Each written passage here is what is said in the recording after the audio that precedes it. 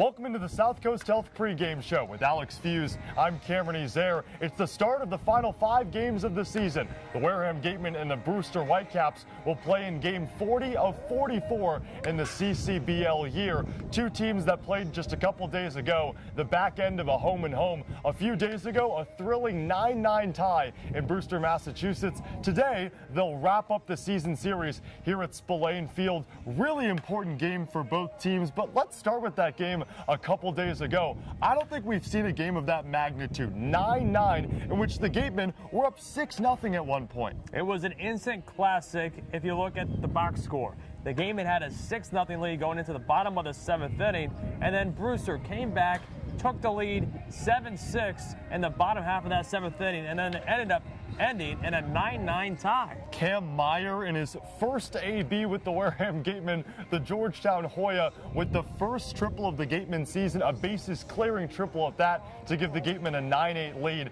in the top of the 9th. You thought at that point, okay, Wareham's fresh now going on, back-to-back wins, right? But then Curtis Byrne tied things up with a solo shot in the bottom of the 9th. So that game really wasn't settled in 9 innings. So let's cap it off today, wrapping up this season series between a few outer divisional opponents in the Brewster Whitecaps and the Wareham Gatemen. What can we expect from today's game? Well, if anything is tonight from what we saw 2 nights ago, it's going to be an exciting game. A final stretch of the season, like you said, Cam, 5 games remain. This is a Wareham Gatemen team that is looking to win every single night, and they are going to have to win tonight.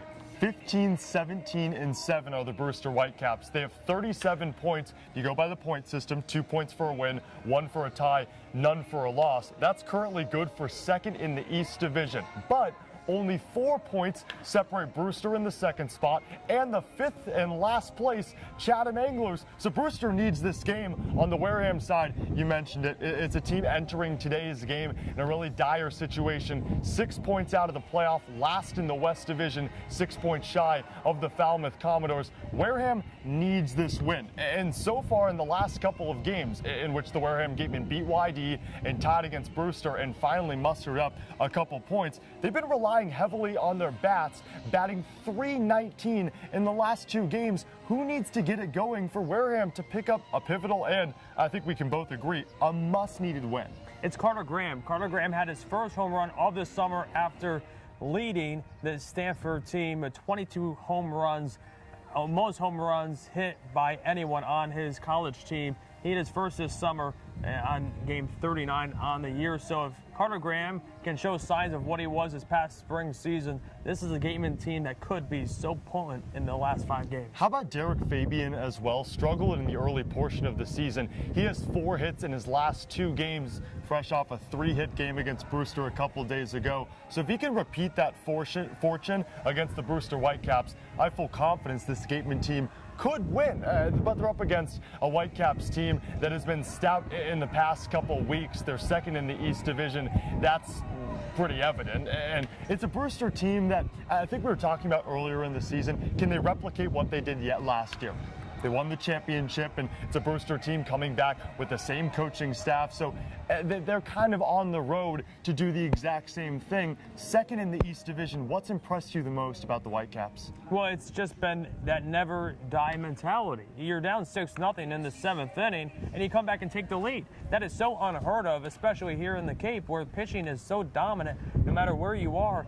That is a special team right there, where no matter what the score is on the scoreboard, they're ready to go attack no matter what the situation is. Alex, they've been really special in the last 3 games on the offensive side, batting a combined .257. So Wareham has to rely heavily on the pitching staff. We'll talk more about that on the other side of the South Coast Health pregame show. But prior to that, we're going to take a break, and the 3rd member of our team, Claire Foley, will join us on the other side of the South Coast Health pregame show when we return.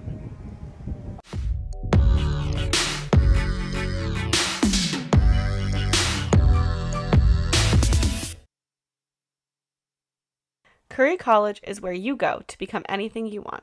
Curry prepares students to engage in successful careers with learning beyond the classroom. Explore undergraduate programs, NCAA Division III athletics, and continuing education and graduate studies, including 5th-year master's programs at curry.edu.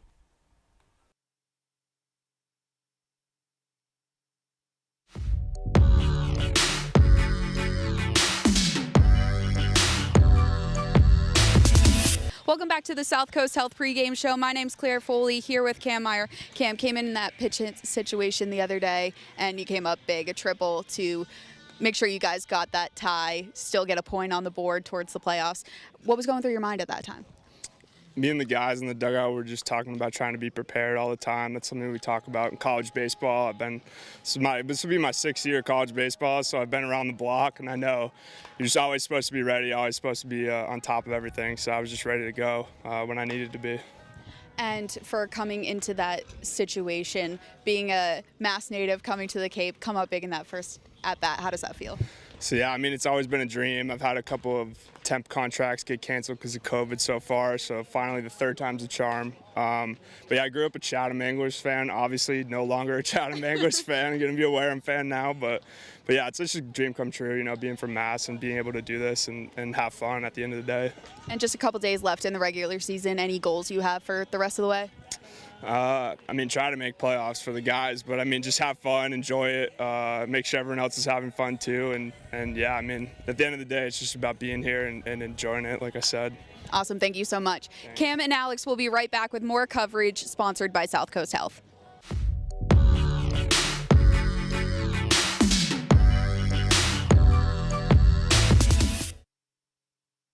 Whether a night at the tap room for pub grub, dinner for the family, or a full-service catered event, Minkle Boys Catering. Food with passion.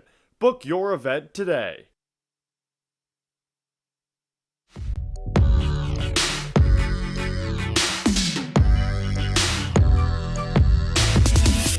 Welcome back to Spillane Field on the South Coast Health pregame show with Alex Feuz. I'm Cameron Ezeir. It's a really windy one. It's picked up as of late, and maybe that'll be the case come game time. But Alex, before getting there, we got to talk about the pitching staff. It's a Wareham team that's really struggled on the bump, especially in the month of July. A 5.05 ERA. It's not going to get it done, but a player that could against the Brewster Whitecaps is Jason Woodward. First time he faced the Whitecaps, his best outing of the summer just a month ago. 4 innings of work. He struck out 3, scoreless baseball. It's a player out of Florida Gulf Coast that you can have a lot of confidence in if he has his stuff. He's been with his team all summer long, and he makes his first start here at Spillane Field all summer. So it's a guy that has the experience, and especially if you're here all summer, Cam, you want to win tonight because the season is really on the line tonight. Obviously, if the Gatemen lose and Falmouth wins, they're not eliminated, but it would make it even more difficult for them to sneak into the playoffs. We'll talk a little more about the playoffs.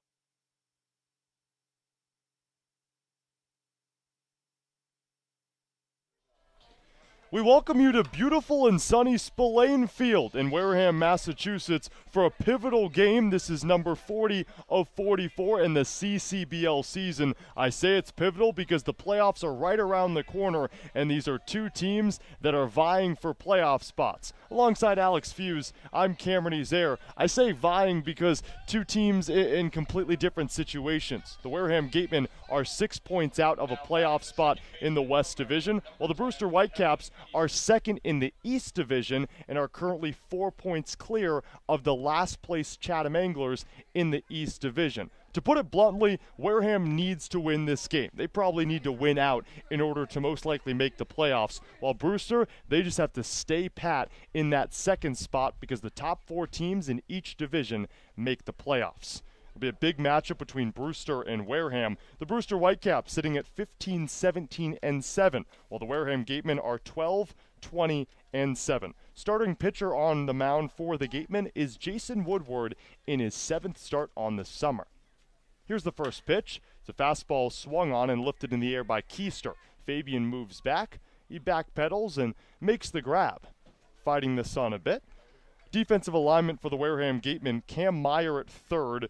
The newly minted Wareham Gatemen out of Georgetown. It's Derrick Fabian making a 6th start over at short. Max Anderson at second. Carter Graham at first. From left to right, Will Rogers, Owen Diodati, and Brian Morrell. Catching calling the signs for Woodward is Devin Burks. Kevin Keister just lifted one into the outfield grass in the glove of Derrick Fabian. There's one away, and that gives way to Carson DiMartini, the shortstop out of Virginia Tech. These 2 teams played a couple days ago. This is the back end of a home-and-home. That 9-9 tie on the 27th of July was in Brewster. Woodward the pitch. It's a fastball that clips the outside corner. Umpiring crew for today's game. At home is Mark Furtado. Over at first, Mike Lightbody. And at third, Jim Byrne. Here's the 1-1 pitch. DeMartini takes. It's low and away. So Alex, back to the playoff picture. Brewster's looking good, but it's a jam-packed 2 through 5 in the East Division between those 4 teams, while the Gatemen, well, they're right outside the playoff picture looking in. 2-1 pitch is a fastball outside. You know, like you said, Cam, this is a must-win game for Wareham. Every one moving forward in just the 5 remaining games, including tonight, is one of those must-win games, and Jason Woodward has to be dominant on the mound and solidify himself. Well, that won't get it done. A fastball that misses high. 5 pitches to Carson DeMartini, and the shortstop out of Virginia Tech takes a trot over to first. And for the Brewster Whitecaps, they've been uber successful in the last 3 games, a combined team batting average of .257, up against a Wareham pitching staff that in the month of July has an ERA above 5, which would rank worst on the Cape. 1-out pitch is a changeup that clips that outside corner, and the count 0-1. Jason Woodward, he works with a fastball, changeup, curveball, and slider combination. Usually goes more with that fastball and curveball. With 1 away and 1 on, Woodward set. Here's the pitch. Fastball collects dust.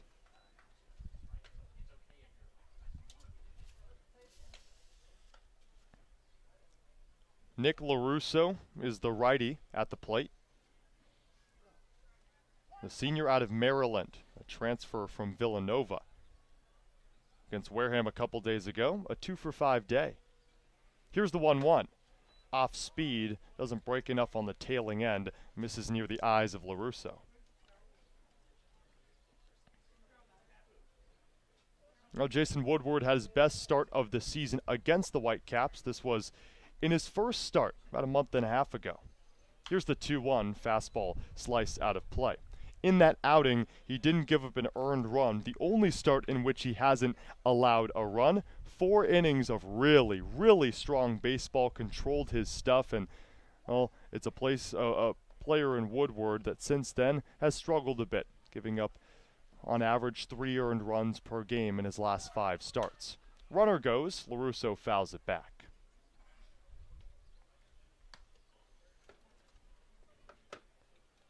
Jason Woodward out of Florida Gulf Coast. He's one of the only remaining in this makeshift rotation for the Gatemen, with a lot of the starters either getting drafted or leaving due to inning limits. The dog days of summer. 2-2. Fastball sent to right field and out of play into the shrubbery that surrounds the outfield here at Spillane Field, from deep left center all the way to the foul pole in right. It counts 2-2 to Nick LaRusso, with 1 away, and DeMartini a leadoff at first. Woodward checks on DeMartini over in that direction. For Jason Woodward, standing 6'1", 185. Just finished his sophomore season. 76 2/3 innings of work. 82 strikeouts in the spring. Here's the 2-2. Curveball called, strike 3, outer corner. Jason Woodward looks comfortable early, his first strikeout, and there's 2 away in the first. That's a great response for a player in Woodward that's really struggled over the last month or so. Well, he allows a walk, comes right back with that patented breaking ball in the outside corner. Something he needs to rely on tonight, and the Gatemen are going to need distance out of Woodward tonight, and he's somewhat working effective, only at 15 pitches. 2-out fastball skipped in the dirt near the feet of Cameron Fisher, the left fielder. And you speak on longevity needed from Jason Woodward. He's gone 4 innings of work 3 times this season. Now, granted, he's made 6 starts, and the others he's been tossed around. Derrick Fabian, the shortstop, is playing closer to second. The rest of the defense is set standard. Here's the 1-0. Fastball outside. Well, it's a Gateman team.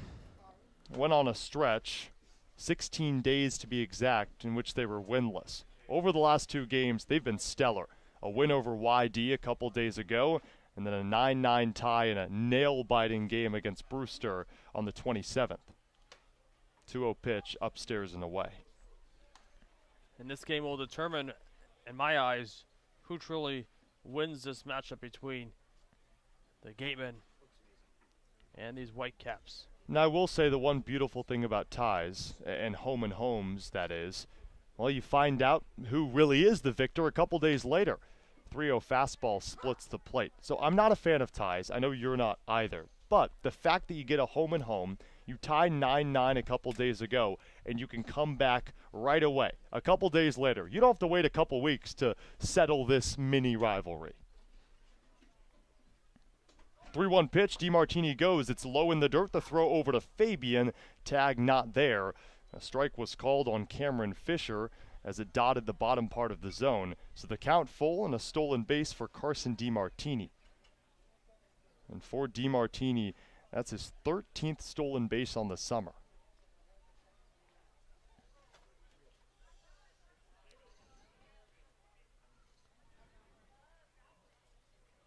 Woodward shakes off the call, but likes this one. The payoff. Fastball roped through the right side, base hit. DeMartini rounds third. He's coming home. The throw will go into second, and the Brewster Whitecaps take an early 1-0 advantage. RBI single for Cameron Fisher, and the UNC Charlotte product has put Brewster up. Fastball left over by Woodward, and just like that, the Gatemen trail once again. That's probably the one gripe on Woodward's game. He's a strike thrower. 67% of his pitches have been strikes. The issue is when you're a strike thrower, at times, when batters can find those holes, hey, you throw it down the middle, you miss a ball over the plate because you want to locate. It'll find its way through. First pitch to Curtis Byrne, the Cape League All-Star, is a ball outside. The Brewster up 1-0, and Cameron Fisher still over at first with 2 away. Here's the pitch. Fastball sent to deep center field. Diodati drifts left at the wall. It's off the wall. Rounding third and coming home is Cameron Fisher. He'll score easily standing up. The throw from second is skied over the head of Burks, and advancing is Curtis Byrne over to third. The wheels starting to fall off for the Wareham Gatemen here in the first. It's 2-0 Brewster, and there's another possible run 90 feet away from home. That'll be an RBI double for Curtis Byrne, and he advances on the throwing error. Alex, I don't know about you, but from this vantage point, that ball just kept carrying in the jet stream.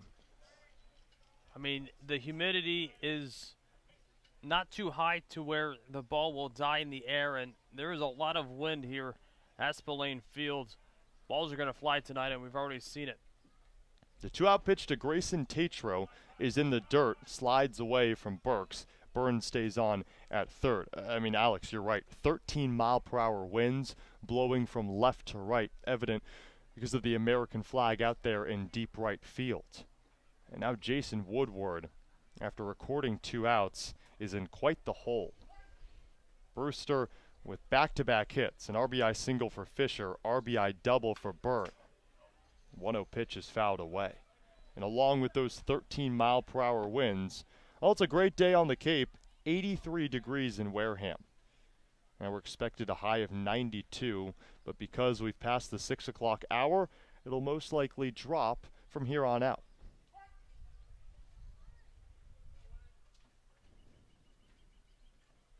Byrne at third with 2 away here in the first. Here's the 1-1. Curveball just misses high. And now if you're Jason Woodward in this situation, what needs to change? Well, he has to go back to rely on being a strike thrower. Behind now 2-1, and obviously he has to find the third out of this inning. 2 balls, 1 strike the count. Fastball sliced out of play. And Grayson Tatro, a great story, was a JUCO player, went to the Junior College of Paris JUCO. Wow, that's interesting. Then transferred to Abilene Christian, a native of Mansfield, Texas. So he went the JUCO route over to a D1 program, and this season is already a .248 hitter.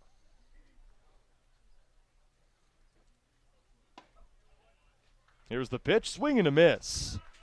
Tatro goes down swinging, and Jason Woodward finally gets out of the frame. But not before the Brewster Whitecaps score 2, and we enter the bottom of the first. The Wareham Gatemen already in a hole, but the offense coming up. You're watching Wareham Gatemen baseball when we return on the Gatemen Radio Network.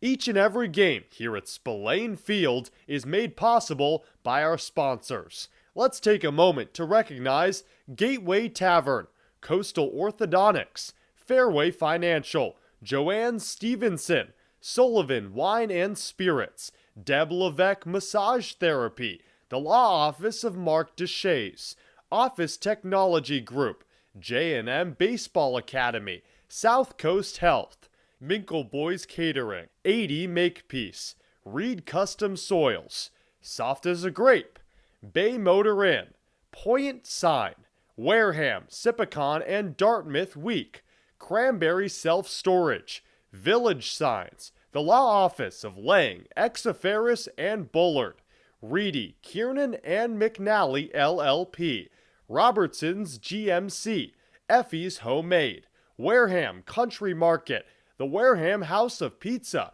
Robbery's Tree Service, Patty Wild, Onset Bay Association, Select PT, El Mariachi, Water Whiz, and Cool Cone. Thank you once again to our sponsors of your Wareham Gatemen.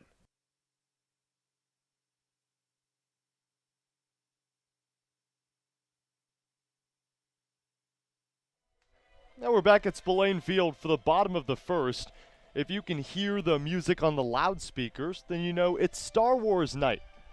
First this season, first and only toward the end of this season. It's July 29th. I know the Gatemen have been advertising this all season long. Stormtroopers rolling in earlier today, as well as a few of the other characters. This put on by Lucasfilms. It's as legit as you can get. And the Brewster Whitecaps are the road team that are visiting the Gatemen on Star Wars night with only 5 games to go. Well, the Brewster Whitecaps, quite the introduction in the top of the first. They tossed Woodward around. It was a hard-hitting contact by this offense of the Whitecaps, and it gave them a 2-0 lead early on. Woodward, obviously a strike thrower. Well, the strikes got hit around. Now quickly behind now.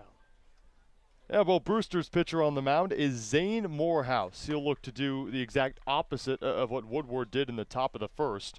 Zane Morehouse out of Texas. He has a fastball, slider, curveball, changeup, and cutter in his arsenal. The Texas Longhorn this past spring. The 3-1 record, an ERA that sat idle at 6 in 39 innings of work. Well, so far this summer, he started 4 games. This is his 5th, and he's going up against one of the most talented hitters on the Cape in Max Anderson, the second baseman. The pitch, fastball sliced out of play. Now, I say one of the most talented because Max Anderson has 46 hits on the season. That's top 3 on the Cape. He's 8th amongst qualified players in batting average, batting a tick over 300, 301 to be exact. Morehouse, the 0-1. It's again fouled off in the same direction. Anderson will be followed up by Ryan Campos, Owen Diodati, Will Rogers, Brian Morrell, Derrick Fabian, the shortstop out of Florida, who has been hot as of late. And then it's Carter Graham, Cam Meyer, and Devin Burks to round things out.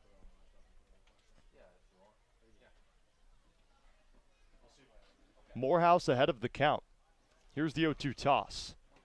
Another fastball. That one skips in the dirt. Defensive alignment for the Brewster Whitecaps. It's LaRusso at third, DeMartini over at short. Keister mans second, while Mendenham is over at first. From left to right, Cam Fisher, Ryan Lasko, Grayson Tatro.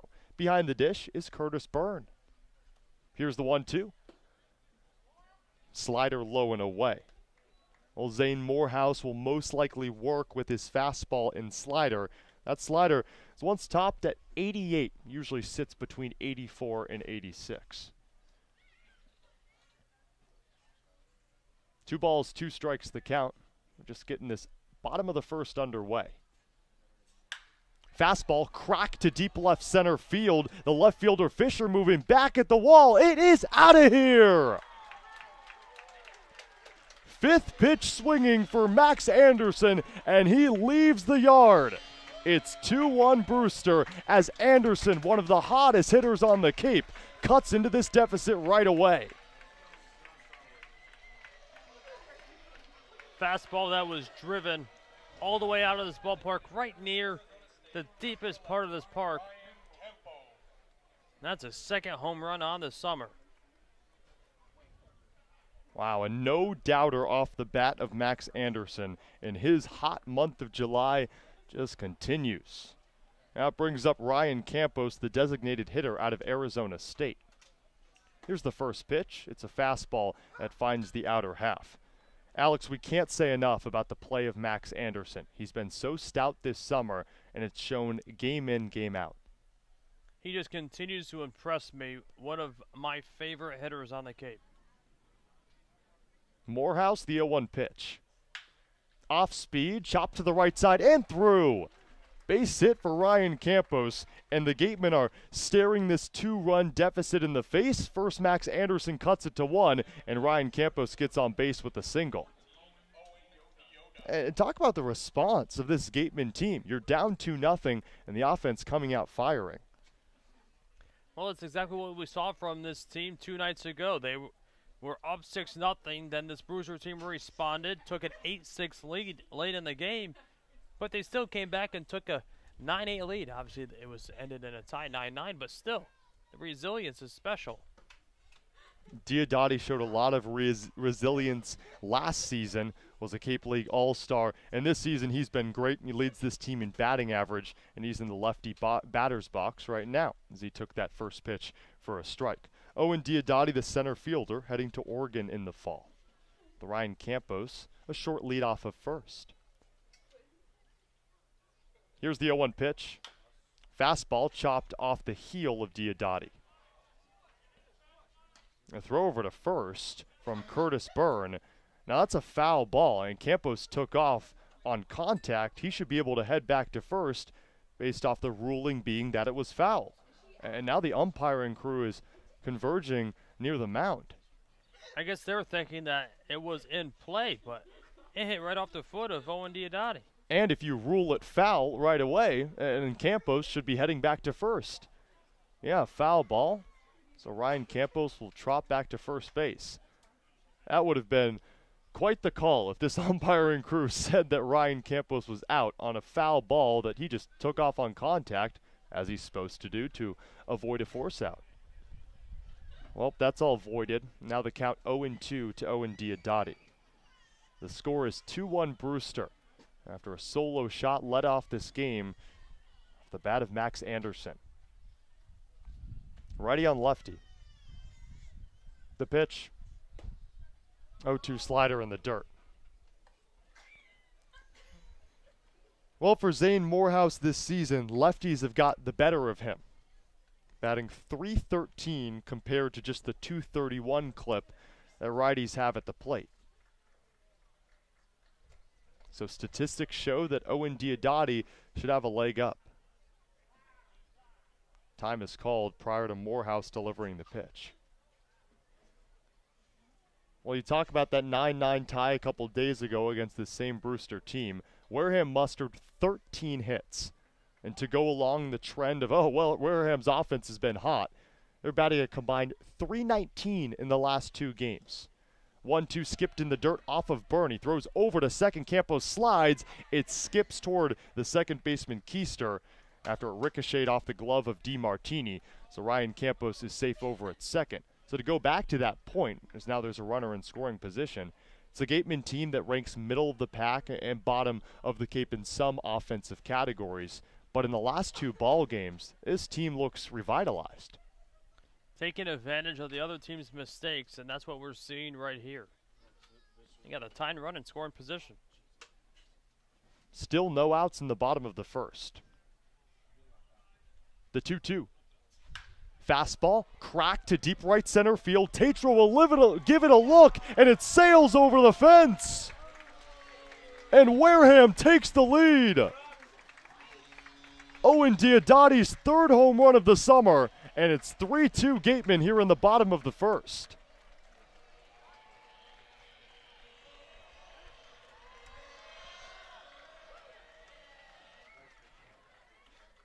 For just a few moments, this Gateman team was trailing, but in a hurry, they take the lead. For 2 in the top of the first, both with 2 outs. Wareham responds thanks to the top of the order. A leadoff home run for Max Anderson, single for Ryan Campos, and a 2-run shot off the bat of Owen Diodati. Gives way to the cleanup hitter, Will Rogers. First pitch is a slider, one hopper to the left side. LaRusso loses it for a second, throws over to first. Off a hop, it eludes the glove of Mendenham. Will Rogers safe on the bag.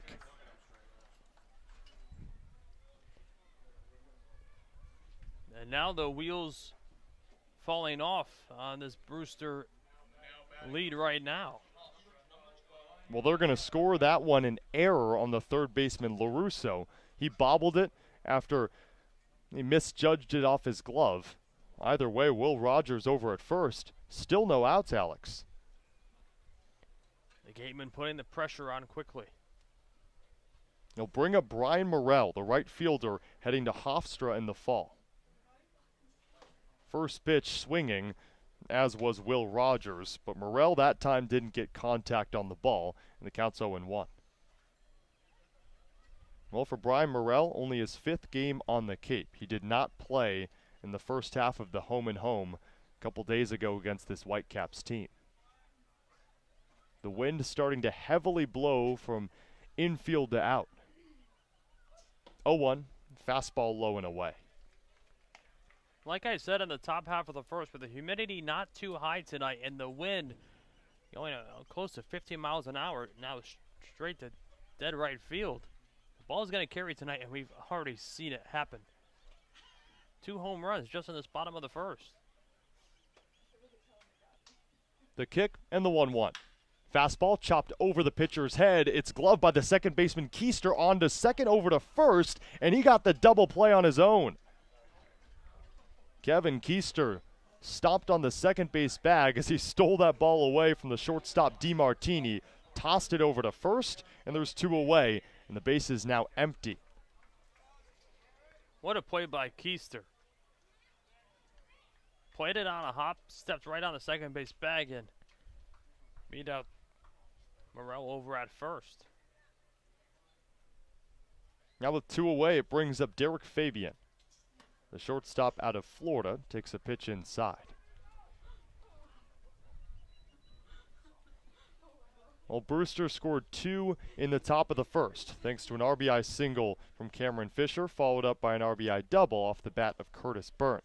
A pair of home runs have put the Gatemen up here in the bottom half of the first. The 1-0. Slider called a strike on the outside corner. Derrick Fabian, the shortstop out of Florida, he's had quite the tumultuous season, but over the last 5 games has recorded a hit in each one.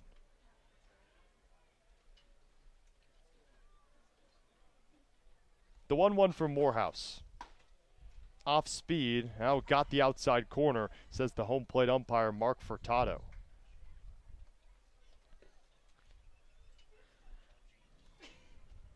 Derrick Fabian batting a cool .444 over the last 5 games. 8 of his 16 hits. The 1-2, off speed, just poked foul.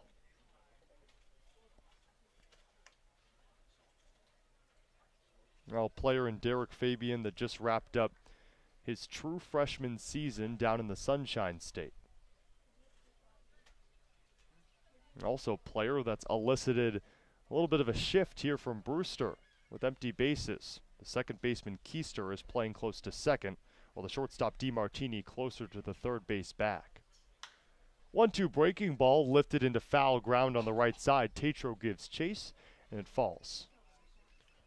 Great job by Fabian to battle back and stay alive in this at-bat. Fell behind quickly 1-2, but choked up and is now fighting off good pitches to continue this at-bat. And Alex, he's fought off that breaking ball that eluded him the 2 pitches prior.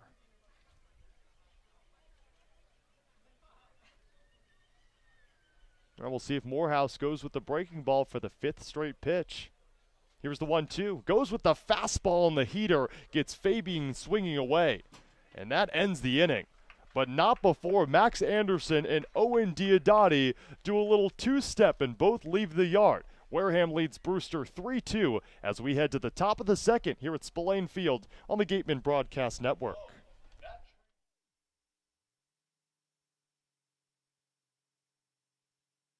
We appreciate and thank the sponsors who support the Cape League and the 10 teams. Our corporate sponsors are the financial backbone of the league. It is with their support that we are able to preserve our long-standing tradition of providing the best family entertainment here on Cape Cod, free of charge. On behalf of the 9 other teams, the Wareham Gatemen, league officers, and the entire Cape League family, we would like to announce and thank our 2022 corporate sponsors. With much appreciation, we recognize the Yawkey Foundation, Gibson Sotheby's, Curry College, the 99 Restaurants, Coca-Cola Bottling of Cape Cod, Badger Sport, Zephyr Hats, Cape Cod 5 Cents Saving Bank, Milton Cat, Mosquito Marys, Massachusetts State Lottery. We will be back to you in the next inning for the second half of this outstanding list of loyal sponsors.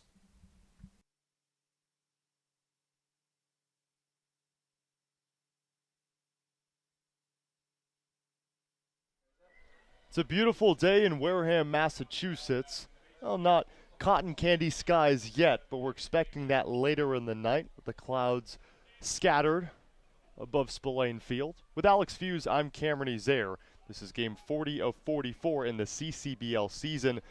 Getting down to the home stretch, Jason Woodward on the mound, and he's dealing with a 1-run cushion after Wareham scratched across 3 in the bottom of the 1st. It'll be the bottom of the order for Brewster. David Mendenham takes the first pitch on the outside corner for strike 1.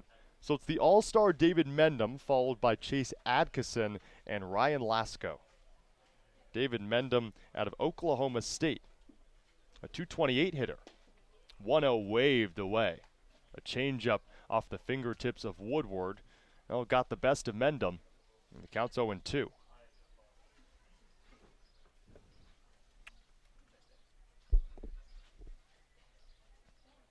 The 0-2 delivery.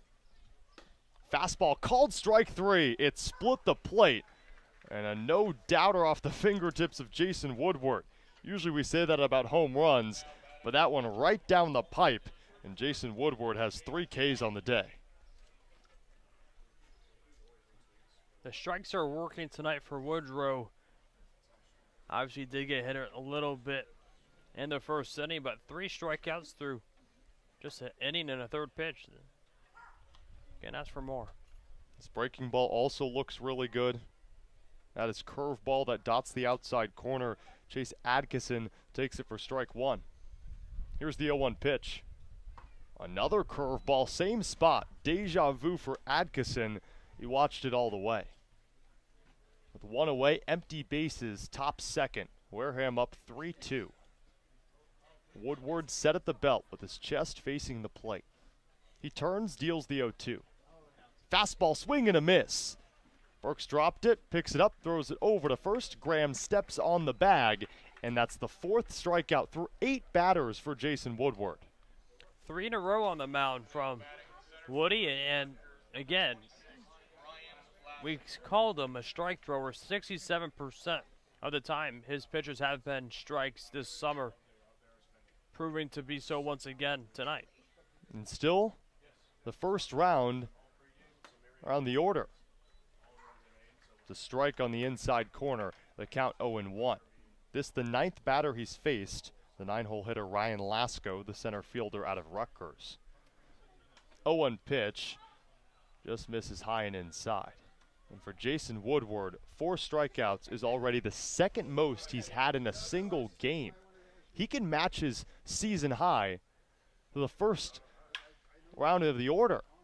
Over to the right side. It's dropped by Anderson. He turns, can't pick it up. Lasko safe at first.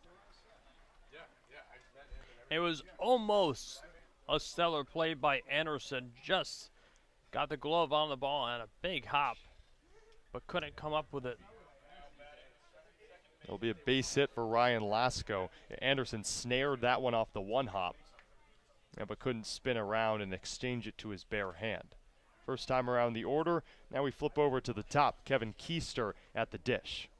Righty on righty with 2 away and 1 on. The pitch. Fastball on the outer half. Strike 1. Kevin Keister, a pop up to Derrick Fabian, who put his heels on the outfield grass over at short. He's 0 for 1 on the day.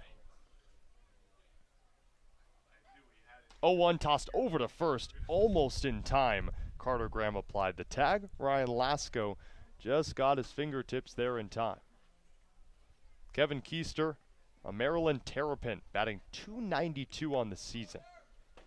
0-1 pitch is low. The throw over to second off a hop. Anderson can't corral it. It escapes his glove. A stolen base for Ryan Lasko.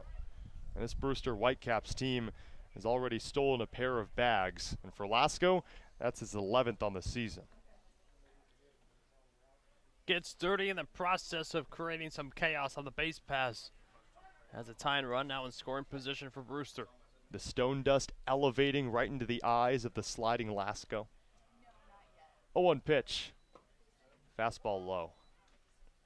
One thing about Spillane Field, not just the oddity of having stone dust rather than just regular dirt. When they slide, it just seems like a cloud of stone dust, a little more than you would see on a normal dirt infield. Get a bit more dirty. The 2-1.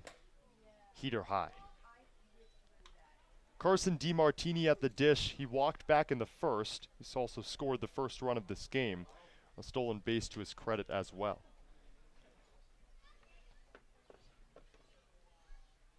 Righty on righty. Here's the 3-1.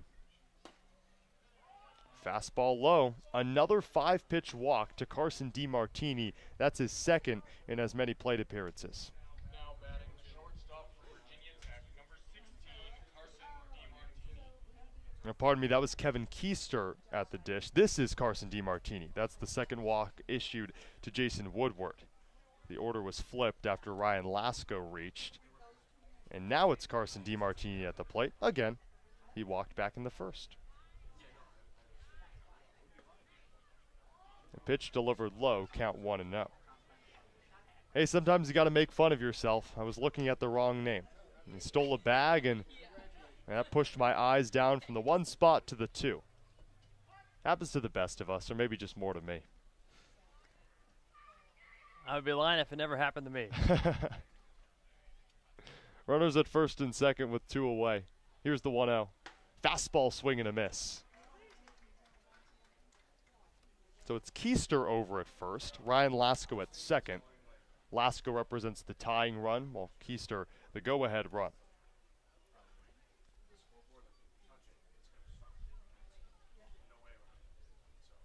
One ball, 1 strike the count with 2 away.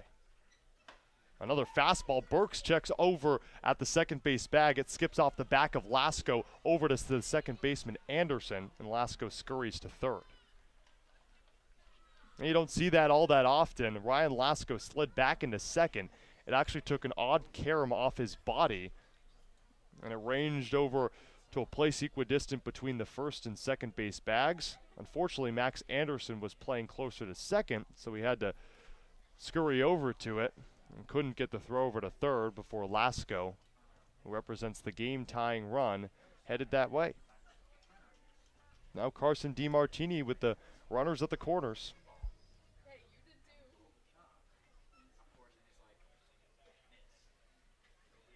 With 2 away, the 1-2 pitch. Off speed, chopped foul to the right side.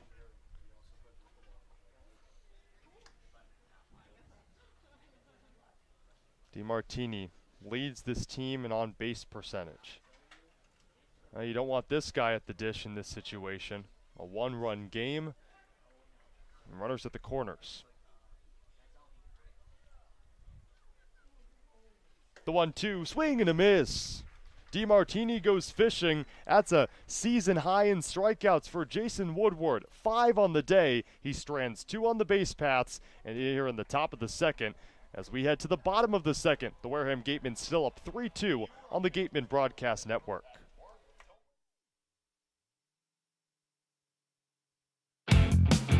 Mosquito bites and ticks. No, yikes! When the bugs get scary, just call Mosquito Mary's 866 Ask Mary or visit us at mosquitomarys.com. The 99 Restaurant and Pub is proud to be a sponsor of the Cape Cod Baseball League. Visit your local 99 and try their famous Colossal Lobster Rolls, piled high on a grilled brioche and served hot buttered or just the right amount of mayo and celery with fries and coleslaw. The 99, always the real deal.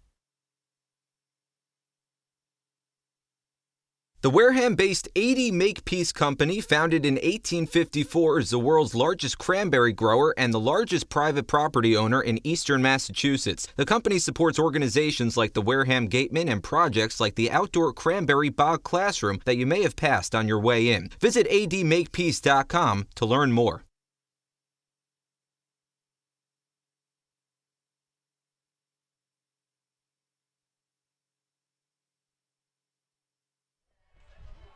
Fans surrounding the ballpark, what's turned out to be a beautiful day in Wareham, Massachusetts. A lot of playoff implications on the line. We'll highlight that later this inning. Alongside Alex Feuz, I'm Cameron Ezeir. The Wareham Gatemen lead the Brewster Whitecaps 3-2, and this is fresh off a 9-9 tie between these two teams just a couple days ago. This is game 4 of 4 in the season series between the Caps and the Gatemen. Well, the Gatemen will send out the bottom of the order here in the bottom of the second. Carter Graham, Cam Meyer, and Devin Burks, which is a positive for the pitcher Zane Morehouse, who against righties this season, well, they're just batting .231 compared to a .313 clip for lefties. All righties at the bottom of the order in Graham, Meyer, and Burks. It'll be Carter Graham to lead things off. And the first baseman out of Stamford. We saw sparse time over the first couple weeks of his season. Here's the pitch. Off speed, sliced away. But as of late, he's been the mainstay over at first. You can probably thank the revolving door of first basemen that have come to the Wareham Gatemen. Some left for family reasons, some left for the draft. Here's the 0-1. Graham swings. High chopper left side off the bottom of the glove of DeMartini. He corrals over to first. He got him. Well, we've seen it time and time again. That infield stone dust provides a lot of weird hops. DeMartini able to glove it, throw it over to first. Carter Graham is retired, which gives way to Cam Meyer. A 6-3 putout. And Cam Meyer at the dish. In just his second AB. His first was against Brewster in the 9th inning as a pinch hitter a couple days ago. The 1-out pitch. It's a fastball sliced out of play. Made the drive up, too. It was here in just a few hours, just 2 days ago, joining this team late.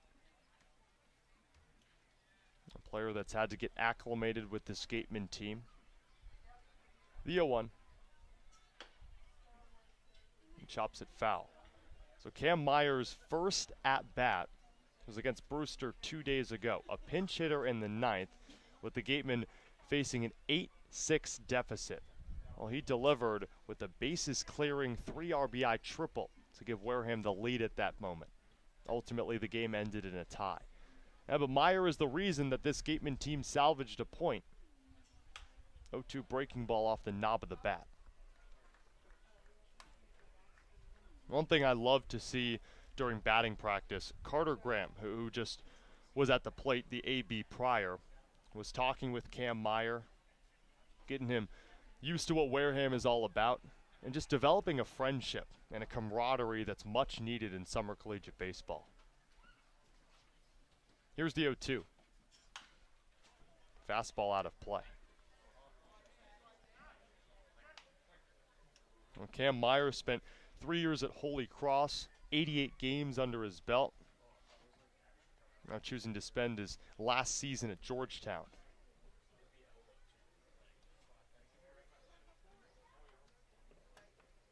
With one away in the bottom of the second, the Gatemen up one. Here's the pitch. Another off speed, gets the outside corner. That's strike three. And for Zane Morehouse, his second strikeout, and now there's two away here in the second. Good pitch. And just clipped that outside corner. Now Devin Burke steps up to the plate. And ever since that Diodati hit the home run,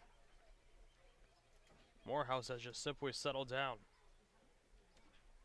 He's retired 4 straight. One was a double play.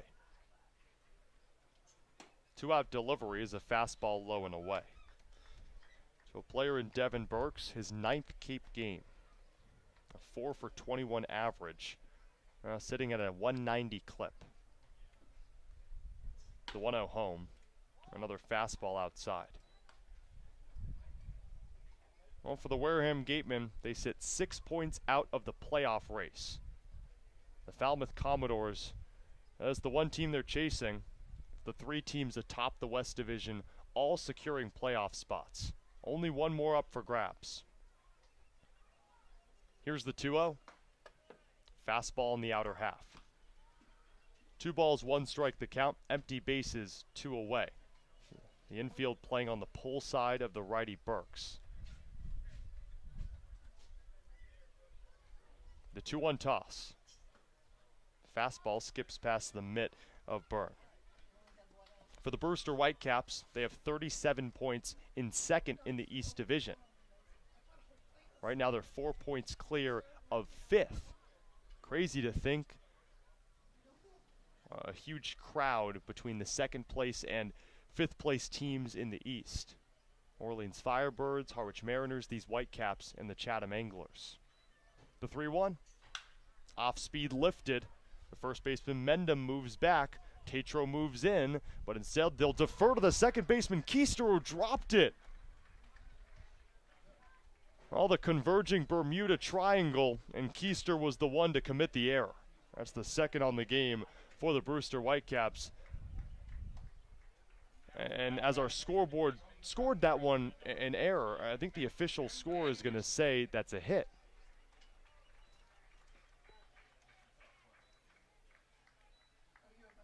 Yeah, the scoreboard changes, and that'll be a hit for Devin Burks.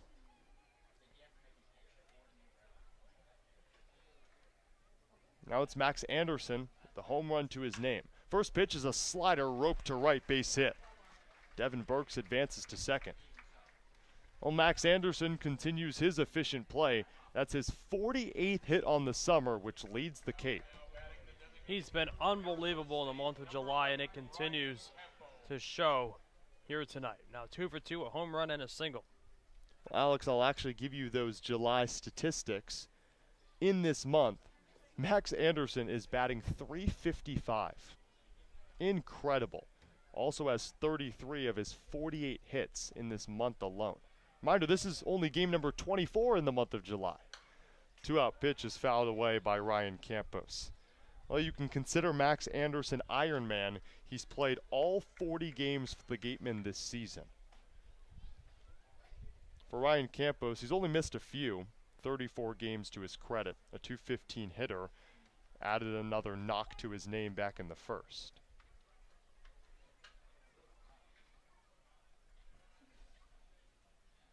A 2 on and 2 away. The 0-1. Fastball low.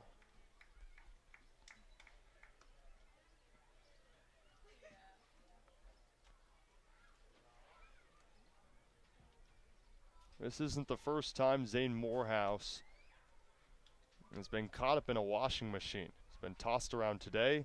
He was so on the 22nd of July in his last start against Hyannis. He gave up 3 runs in that one. 1-1 heater bounced in the dirt. 5 innings of work in that loss against Hyannis a week ago. 3 runs, 2 of them earned. 6 hits, 4 strikeouts to 1 walk.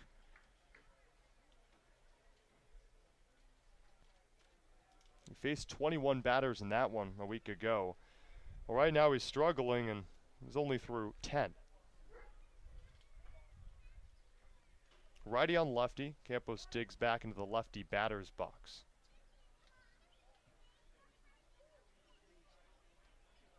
Morehouse out of the stretch. Off speed outside. Campos has obviously been a leadoff hitter for this Gateman team and taking the mentality of a leadoff hitter in the 2-hole tonight. Being patient at the plate, seeing pitches, not getting too out in front of it, and had 3-1. The pitch high, 5-pitch walk to Ryan Campos, and the base is juiced. Nope, that's the first walk issued by Zane Morehouse. It gives way to Owen Diodati, who's already left the yard today. A 2-run shot in the first, out to deep left center to give the Gatemen the lead.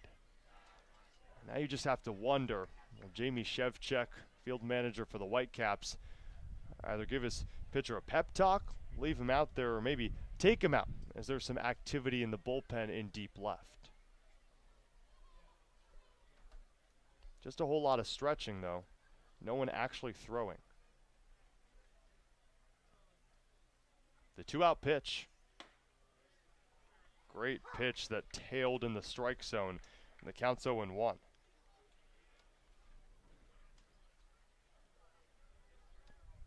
Diodati, 3 years at Alabama, now heading to Oregon. The kick and the 0-1 home. Fastball inside. Count 1-1. Well, Diodati is no stranger to driving runs in.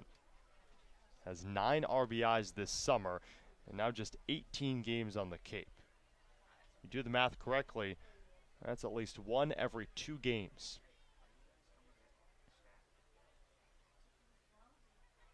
The 1-1. Check swing on a breaking ball. Diodati went through 1-2. Now this is the guy you want at the plate. Highest batting average on this team. Devin Burks at third, Max Anderson at second, Ryan Campos over at first. All have reached with 2 outs. The 1-2. Fastball check swing bounces in the dirt. Diodati did go, says the third base up Jim Bird. Well, the base is loaded to end the bottom of the second. All runners stranded. And the Wareham Gatemen enter the top of the third, leaving a few on the base paths. It's 3-2 Gatemen. Wareham still up on top as we head to the top of the third here at Spillane Field when we return on the Wareham Broadcast Network.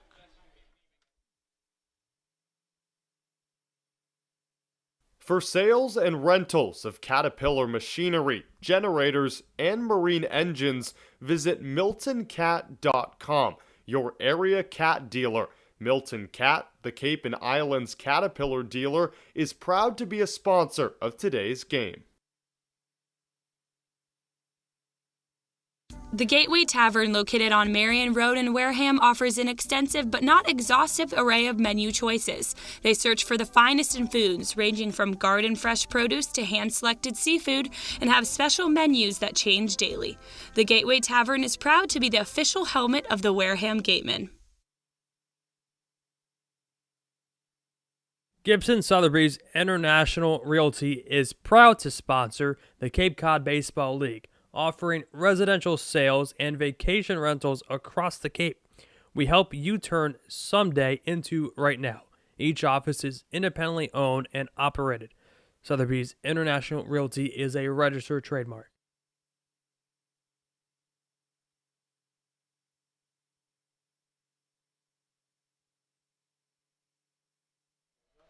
We're in the top of the third. The Wareham Gatemen lead the Brewster Whitecaps 3-2. All of those runs coming in the first. Well, if you're seeing these Wareham Gatemen red uniforms and wondering, well, where are the dark blue unis or the cranberry unis? Well, this is Red Shirt Friday honoring the troops. A lot of people wearing red tonight in honor of Red Shirt Friday. Yeah, you honor the troops on this glorious day. Every home team on every Friday of July will rock these jerseys. First pitch is a breaking ball low to Nick LaRusso. It'll be 3-4-5 in the order. And I think what's really special about this summer is a lot of these teams are electing to wear these jerseys on other days as well. 1-0 breaking ball cut on and missed, count 1-1, which just adds to the sentiment of, well, you don't just pick out specific days to honor the troops. You can honor them every day. 1-1 home, another off speed, the curveball low. Nick LaRusso, the third baseman out of Maryland, by way of Villanova. He struck out looking back in the first. Here's the 2-1. Fastball, loop to left center. It'll fall for a base hit. Fourth of the ball game for the Brewster Whitecaps, and they have one on to lead the third.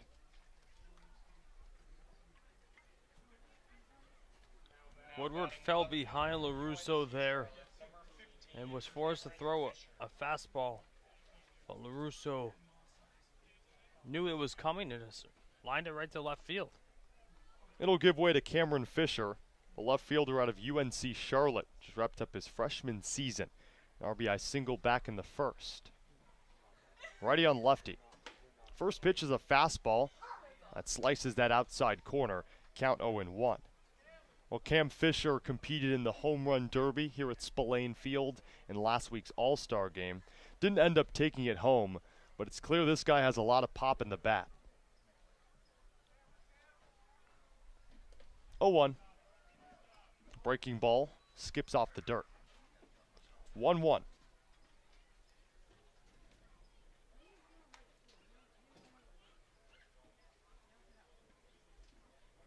Well, for Cameron Fisher, his 19th game on the summer, a .214 hitter. I mentioned that power, has 3 home runs on his season, but also has a slugging percentage nearing .500. Runner at first, no outs. 1-1 pitch. Off-speed tails into the strike zone. Count 1-2. Well, Jason Woodward's done a great job working in that curveball within a few fastballs laterally across the plate. We've seen it on the outside corner as well as in on the hands. Already has 5 strikeouts in his back pocket. The 1-2, fastball, slow chopper right side. Anderson gloves, throws over to first, and there's one away. Anderson allows LaRusso to advance to second.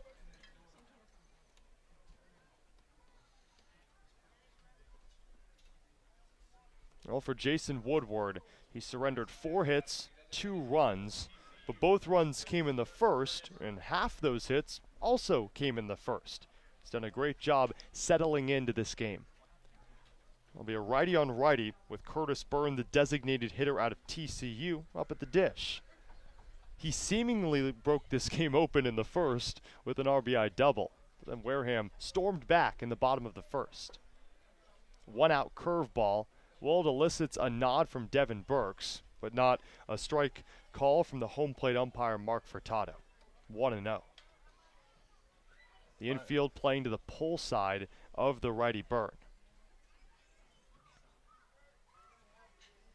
Out of the stretch, the 1-0 home. Fastball on the way to the first base dugout of the gateman.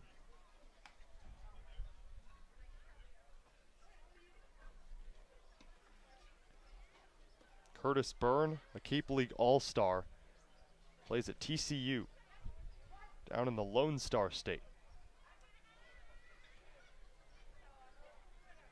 Runner at second, 1 away.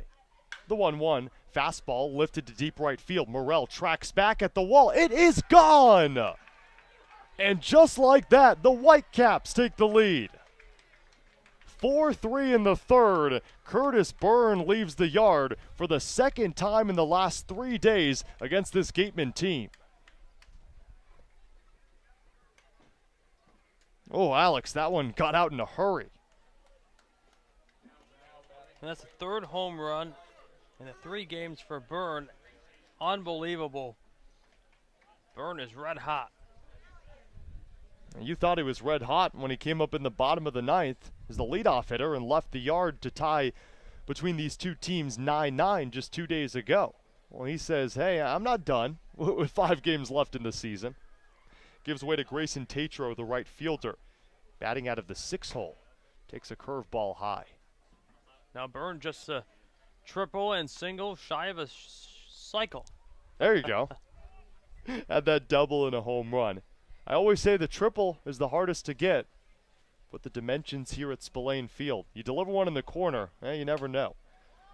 1-1 fastball high. 415 in center field could also be trouble.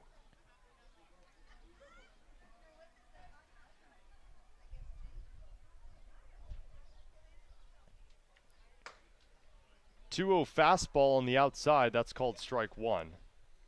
Well, I said it was a 1-1 pitch in the last AB. The scoreboard was just switched. So now the count's 2-1 after the little reset. Here's the pitch. Fastball swing and a miss. And the count 2-2 to Grayson Tatro. Standing at 6'4", weighing 219. A big body in the lefty batter's box. But he did strike out back in the first. That was to end an inning in which the Whitecaps scored 2 of now their 4 runs. 2-2 delivery. Fastball called strike 3, bottom of the zone. And Jason Woodward has a season high in strikeouts. That's up to 6 for the Florida Gulf Coast product.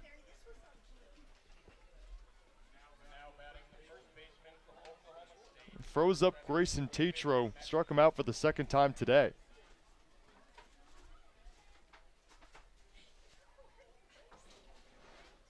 Now up to the plate is David Mendenham, the first baseman out of Oklahoma State. His collegiate teammate Chase Adkison is waiting in the on-deck circle.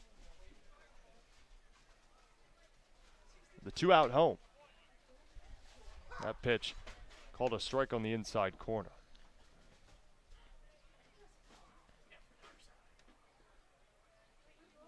Five hits for both these teams. Here's the 0-1. Curveball just misses inside, maybe a bit low as well. Out of those 10 hits, 3 of them have been home runs. The 1-1 toss. Fastball low. David Mendenham led off the second with a strikeout looking. One of 6 strikeout victims for Jason Woodward. His previous season high came a couple weeks ago. A 5K day. The 2-1 pitch. Tip foul into the glove of Burks. 2-2. Now we've seen 25 runs combined by these two teams in the last 12 innings of play. Wow. Of course, the front end of the home and home 2 days ago in Brewster. Already 7 combined runs today. Empty bases. 2-2 pitch. Heater got the outside corner. Mark Furtado, our home plate umpire, took his time both to make the call and ring up the batter David Mendenham. 7 strikeouts for Jason Woodward, and he is dealing. But Brewster is also working really well on the offensive end. A 2-run home run by Curtis Byrne to put the Brewster Whitecaps on top here in the 3rd. Well, we head to the bottom of the 3rd. The Wareham Gatemen now in a deficit, down 4-3 here on the Gatemen Broadcast Network.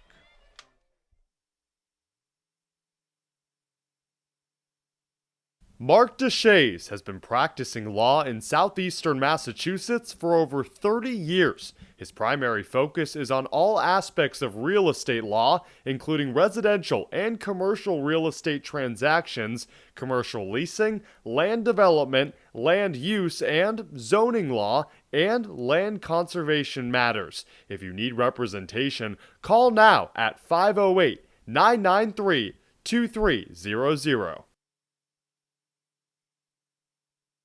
Serving southeastern Massachusetts and Rhode Island, Office Technology Group has been the area's source for advanced digital multifunctional copiers since 2009. Call Office Technology Group at 508-858-5825.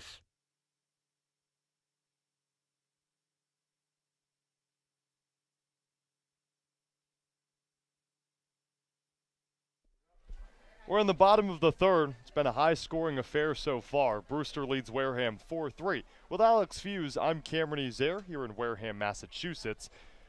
Well, the third to last home game for the Gatemen, and we're enjoying beautiful weather at Spillane Field. At first pitch, it was 83 degrees, and it feels a bit cooler, which I like. And Alex, I call it tennis weather because when I played tennis, when I played tennis when I was younger, I would never want to be in the extreme heat. I don't want to sweat so much that it's uncomfortable, but I also don't want it to be too cold where my hands freeze. Tennis weather is just picture perfect weather in which there's cool air and it's hot out. How you like that? I can never really play too much tennis. Hey, I'll get tennis elbow. Oh, hey, I had an inflamed shoulder, so I feel your pain. Well, we'll get back to baseball. For the Gatemen here in the third, it's the middle of the order. Will Rogers, Brian Morrell, and Derrick Fabian. Will Rogers, he's been a bright spot for this Gatemen team over the last 3 games. 4 RBI in the last 3 for Will Rogers, a left fielder out of Arizona State, a rising sophomore. I always say there's a few players on this team that play well beyond their years. And I'd argue a lot of players on the Cape. Will Rogers, well, he's entered this Gateman lineup, and he's proved why he's played now in 4 straight games. First pitch is a fastball low, just missed the plate on the inside, the fingertips of Morehouse. Well, for Zane Morehouse, he's allowed 5 hits and 3 runs. Those 3 runs not enough to give the Gatemen the lead, and Brewster leads by 1.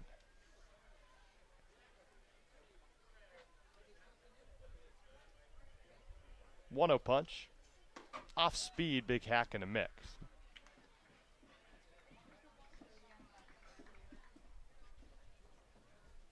One and one the count. Will Rogers batting .250 on his young summer. This is just his 5th game on the Cape. But does have a pair of doubles and 4 RBI, like I mentioned. 1 ball, 1 strike the count. Off speed, crack to deep left field. That one's back at the wall. It's a no-doubter. Way out of here for Will Rogers. His 3rd extra base hit of the summer, and that one had a one-way ticket out of the ball yard. The Gatemen have tied things up at 4. Unbelievable. We've said it so many times tonight that the weather like tonight, the ball is going to carry. Now 8 runs total tonight in just 3 innings. 4 home runs as well. Wow. 1 for Brewster, 3 for Wareham. Will Rogers leaves the yard, and it brings up Brian Morrell, who grounded out into a double play back in the 1st. He's another new face that's been an offensive spark plug for the Gatemen. Also in just his 5th game on the Cape. First pitch is an off speed that dots the outside corner. Well, Zane Morehouse has done his due diligence on that outer half. Will Rogers is the first player to take advantage of a breaking ball that just sat above the plate. The 0-1 pitch. There's a slider that misses high. 1-1. Morrell heading to Hofstra. That's quite the story. He started off his collegiate career as a pitcher at Notre Dame. Spent 2 years at St. John's, and now is heading to New York to play for the Hofstra Pride. 1-1 fastball low. Morrell did not go. I will say I'm a sucker for mascots, and I love Hofstra's, the Pride. It's different. It's unique. It doesn't end in an S like a lot of the other mascots do, whether it be Wildcats, Bearcats, just cats. 2-1 pitch. Fastball swing and a miss. Count 2-2. What about the musical cats? Now, I've heard of that, and you might be surprised by that because we've talked time and time again off the broadcast that I'm not a musical person. But I've heard of that one. Have I seen it? No. But I've heard of it. 2-2 pitch. Fastball waved on and missed. Bounced in the dirt. Burns scoops it up. Throws over to first. That's a strikeout for Zane Morehouse, his fourth. Now batting the shortstop from Florida, number 37, Derrick Fabian. Oddly enough, as much as you can laud over the top of the order, and today they've been phenomenal in Anderson, Campos, and Diodati, it's been the middle of the order, Will Rogers, Brian Morrell, and Derrick Fabian, that have impressed over the last 4 games. Derrick Fabian, a player that had quite the tumultuous stretch during a 1-month period, but he's on a 5-game hit streak. First pitch, fastball, up the middle and through. Base hit for Derrick Fabian, and that hit streak is up to 6. The Florida Gator now red hot.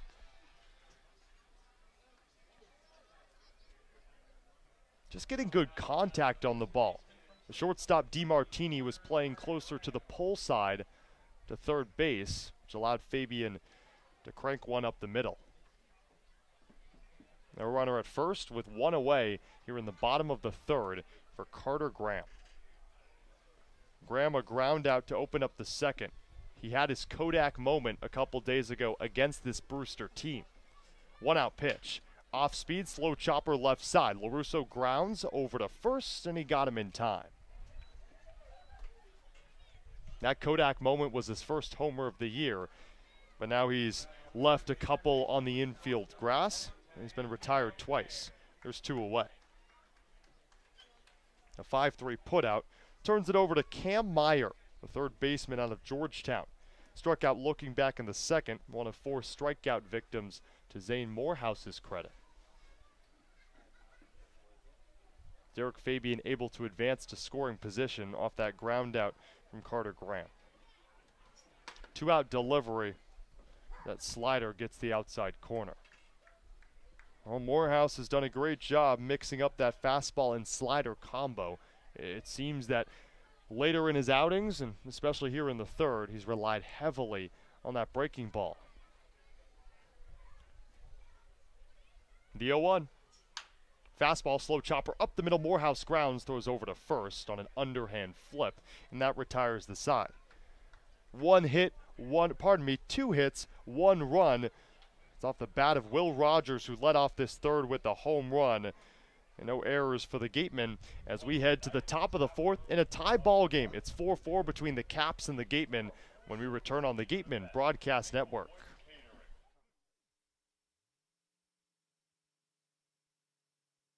Summer is here, and we are finally back to enjoying all our favorite outdoor activities. As temperatures rise, so does the risk for unexpected injuries. South Coast Health Urgent Care Centers are open, safe, and here to provide the care you need when you need it. Our 7 locations are open 7 days a week, 8 a.m. to 8 p.m. Monday through Friday, and 9 a.m. to 5 p.m. on Saturday and Sunday. Walk-ins are welcome, and having a South Coast Health physician is not required. Visit southcoast.org/urgent care to check wait times and reserve your spot today. If you or a family member have been hurt at work, don't wait for the insurance company to discontinue your benefits or deny you medical treatment. Get an experienced workers' compensation attorney now before it's too late. The lawyers at Reedy, Kiernan, and McNally, LLP, have been practicing workers' compensation law for many years and are experts in the field of workers' compensation law. Having the advantage of retaining an attorney early on may make all the difference in your case. Know your rights. Be prepared and contact Reedy, Kiernan, and McNally, LLP today. The firm is located at 267 Main Street in Wareham and 2318 Acushnet Avenue in New Bedford. Call 508-295-0286 or visit their website, www.rkm-law.com.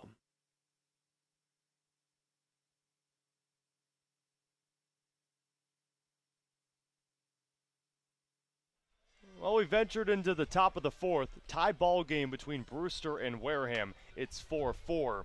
The day is done for Jason Woodward. 3 innings of work, allowed 5 hits, 4 runs, all earned, 7 strikeouts, that's a season high, to just 2 walks. And he turns the ball over to the new pitcher, Jack Sullivan. Sullivan making his 9th appearance on the summer, 14 2/3 pitch, 13 hits, 6 runs, 5 earned, 3 walks to 11 strikeouts. He has a 3.07 ERA, right-hander. Looking to pick up right where Woodward left off. Jack Sullivan, pitcher out of UConn. When he last was on the bump 4 days ago against the Bourne Braves, 2 2/3, didn't give up a run. 3 hits though, but he struck out 3 to no walks. And for Sullivan, it'll be 8-9-1 in the order for Brewster, starting with Chase Adkison, the catcher out of Oklahoma State. First pitch is a fastball low. You don't often see the Wareham gatemen shifting, well, but they're playing more to the pull side of the righty Adkison. The Derrick Fabian is far off of second, closer to third. 1-0 heater, got that outside corner.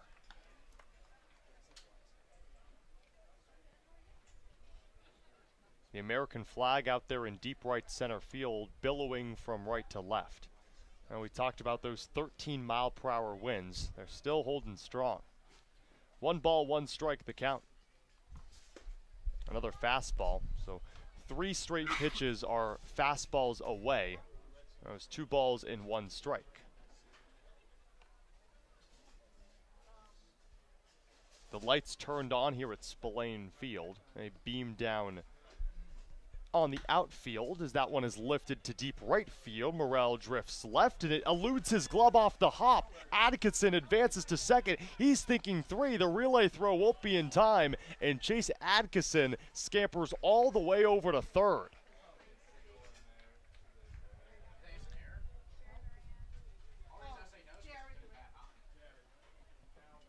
An odd hop out there in deep right. The ball was sent out in that direction.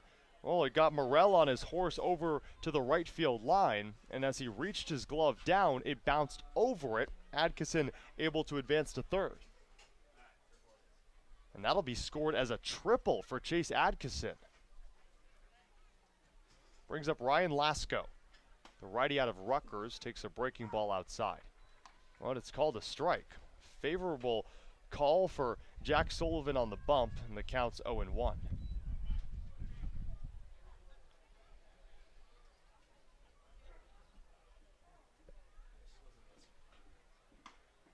Second pitch to Lasko is another breaking ball. That time it missed in the opposite batter's box.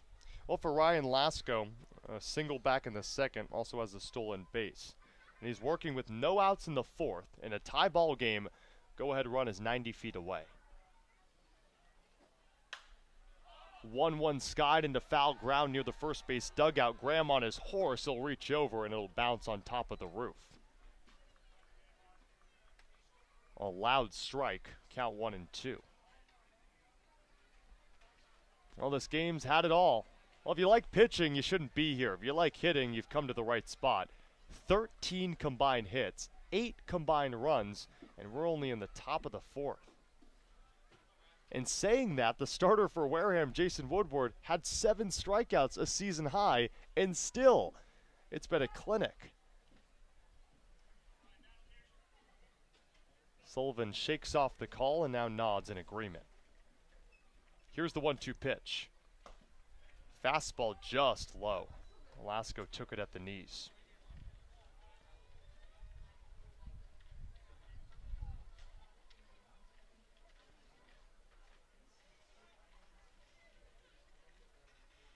Ryan Lasko, 3 for his last 18. And an even count. Fastball poked off the end of the bat.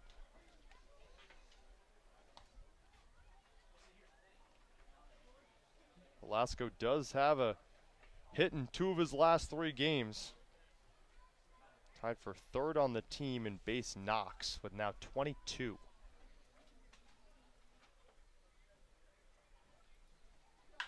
The 2-2 breaking ball chopped to the left side. The third baseman Meyer grounds it, throws it over to first, and he got the speedy Lasko.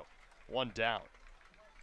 Now Lasko, if you're the gateman, put it in the right spot, right near the third base bag, making sure Atkinson could not score on the ground. Anywhere else in the infield, most likely would have scored Atkinson, and that would have given Brewster a 1-run lead. A lot of props to Cam Meyer as well. It's the first time he's playing in the field. First time he's seen the stone dust here at Spillane. His opening game was in Brewster. This is a new environment for Meyer. He played it off a crow hop on his back foot, able to make the throw over to first. Third time through the order for the Brewster Whitecaps. Kevin Keister digs into the righty batter's box. He's 0 for 1 today with the walk back in the second. 1-out pitch. There's a breaking ball that paints the outside corner. Now, Alex, I don't know if you're a sucker for a tire.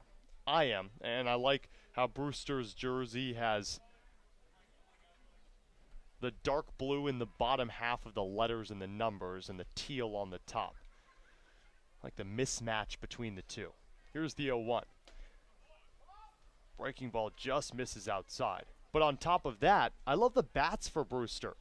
The teal dipped bat, you could say, also has teal on the knob of the bat of Kevin Keister with a little bit of black in between. Matches the uniforms nicely. 1 ball, 1 strike the count with 1 away. Pitches a fastball low. And as I say that, I also want to compliment these red jerseys that the Gatemen are wearing. Of course, in honor of the troops here on Red Shirt Friday. Every Friday in the month of July, the home team will wear these specialty jerseys. But what I love, beside the red color on the top, the Digi Camo lettering as well as the hat. Runner at third, only 1 away. Here's the 2-1 pitch. Fastball connected to the backstop. Count 2-2.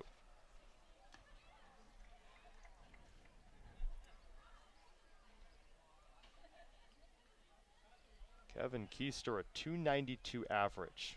A big reason why entering this game was 7 for his last 17. If you're not a mathematician, I'll do it for you. A .412 average. 2-2 breaking ball, high chopper left side. Glove by Meyer, looks off at home, throws over to first, and that's the second out here in the fourth. It allows a run to score, and now it's 5-4 Brewster here in the fourth, as Chase Adkison stomped on home.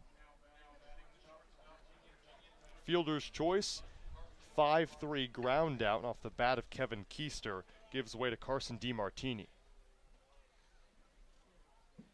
Now, I won't shy away from the fact that Cam Meyer had a chance to come home with it. There's 2 away here in the fourth, but he went with the sure out over at first. Righty on lefty, the pitch to DiMartini outside. Now, Alex, in your opinion, do you think he should have come home with it? I thought he should have came home with it, but it would have been a close play, and then you're thinking, okay, now you're taking a play that could have been an out, gone either way, but with a sure out at first. Fastball again outside.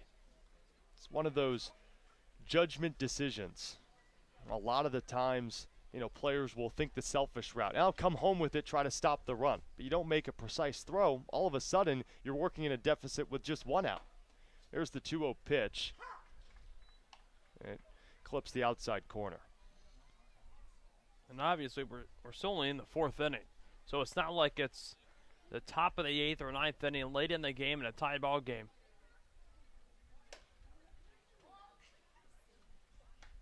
Your team's already scored 4 runs, and they had to score another one to take the lead. Yeah, just throw to first base and get the second out. Here's the 3-1. Fastball cut on and missed. Count full. Well, Carson DiMartini has seen it all. He walked in the first and then struck out in the second. Unless he puts the ball in play, it'll be one of those 2 options yet again. Here's the payoff. Just low, but called strike 3.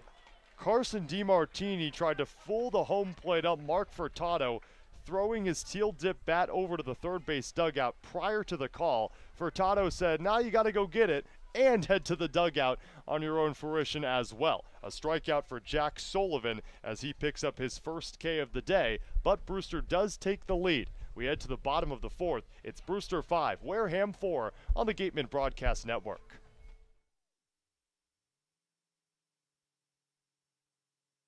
Reed Custom Soils is New England's leading provider of lightweight planting soil for green roof installations and is the exclusive New England supplier of stabilized stone dust. Reed Custom Soils services over 300 golf courses and provides unique blends to fit your needs, all by experienced precision blenders. To learn more about how Reed Custom Soils can serve you, call toll-free 1-800-924-5335 or head to reedcustomsoils.com. Soft as a Grape has 10 retail locations on Cape Cod. So even when you're cheering on your Gatemen at any away games, stop into a Soft as a Grape store for the best Cape Cod products. No trip to the Cape is complete without a trip to Soft as a Grape.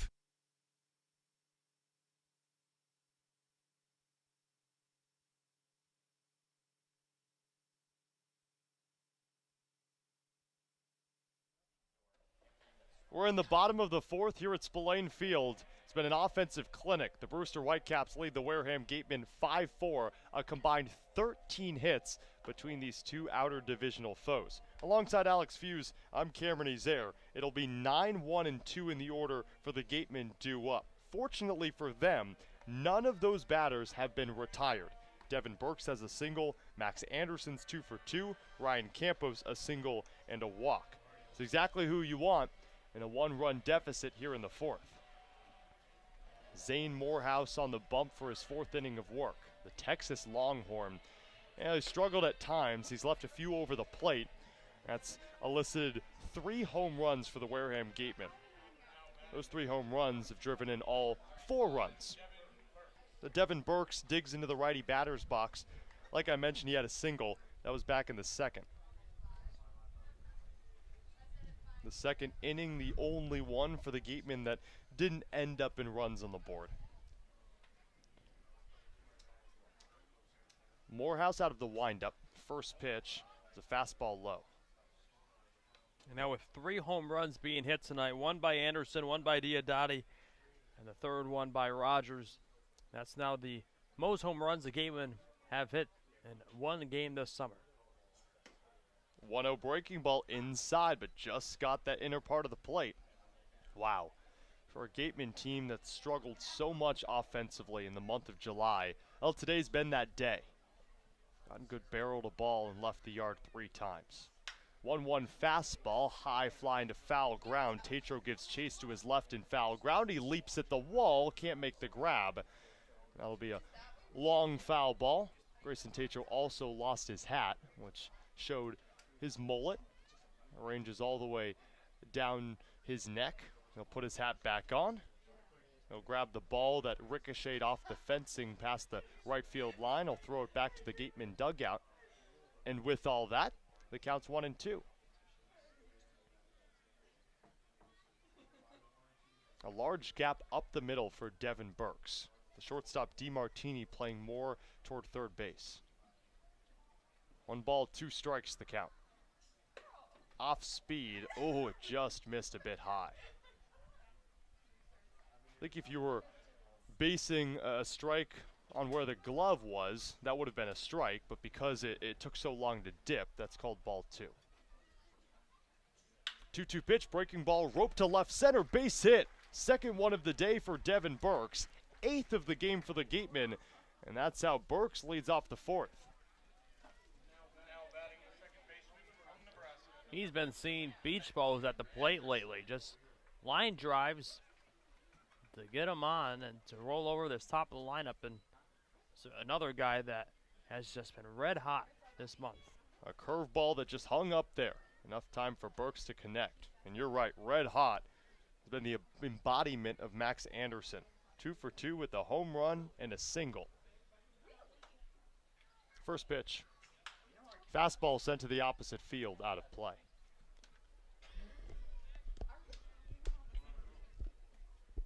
I mean, it seems that everyone's been hot as of late. Maybe just in the last 2 games in which the Gatemen have accumulated 3 points out of the 4 possible with a win and a tie. With Devin Burks over at first, he's been great. Max Anderson, you stick him in the leadoff spot, in the second hole, the third spot, it doesn't matter. He's been phenomenal. 0-1 off speed paints the outside corner. Well, we've advertised it time and time again. Max Anderson, one of the premier hitters on the Cape. He's played in all 40 games, has 48 hits. 15 multi-hit performances. The 0-2 home, off speed, low and away. And over half of those hits have come in the month of July. You're right, 33 of the 48. Now, an underrated part of Max Anderson's game, how patient he is at the plate. He also leads the gateman in walks. But behind the count here. Runner at first, no outs, bottom 4. The 1-2. Fastball skips in the dirt, gets away from Byrne. He throws over to second. Burke slides in head first. He's safe.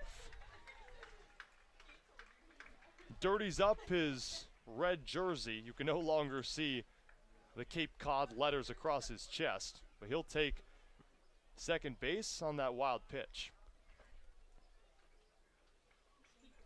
Eliminates the double play, which Alex is integral in a 5-4 ball game. You want to chip away early. You don't want to get to the 7th, 8th, or 9th in a deficit. The 2-2. Fastball away. So Max Anderson was behind the count 0-2. Talked about his patience at the plate. It's now a full count.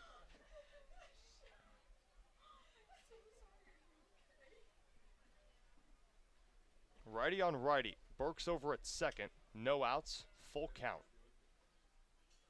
Anderson swing and a miss. First out of the 4th, and the first time Max Anderson has been retired today. That's strikeout number 5 for Zane Morehouse.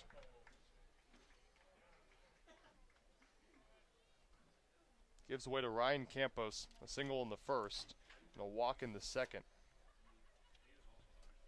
And you want a patient hitter. Ryan Campos, 3rd on the team with 13 walks.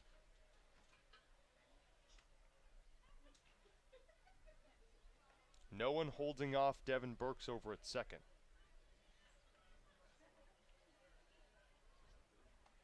First offering is a fastball, just gets that outside corner. It's good to see Ryan Campos on base 2 times already today. He entered this one in his last 10 games, 4 for his last 27, which is uncharacteristic for a player in Ryan Campos who's been a mainstay on this Gateman team in terms of his offensive success. A 1 breaking ball collects dust.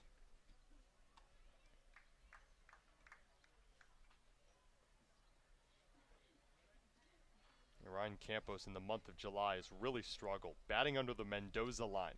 13 of 67, a 194 average. That's compared to a month of June in which he was batting nearly 250.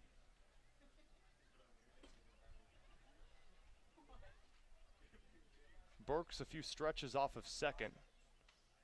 Gotta get some juice in those legs. 1 ball, 1 strike the count. Here's the pitch. Fastball outer half, strike 2. Now it's Carson DiMartini over there at short. He's holding off Burks at second. The outfield playing at a medium distance. Ryan Campos has left the yard this season. He's actually done it twice.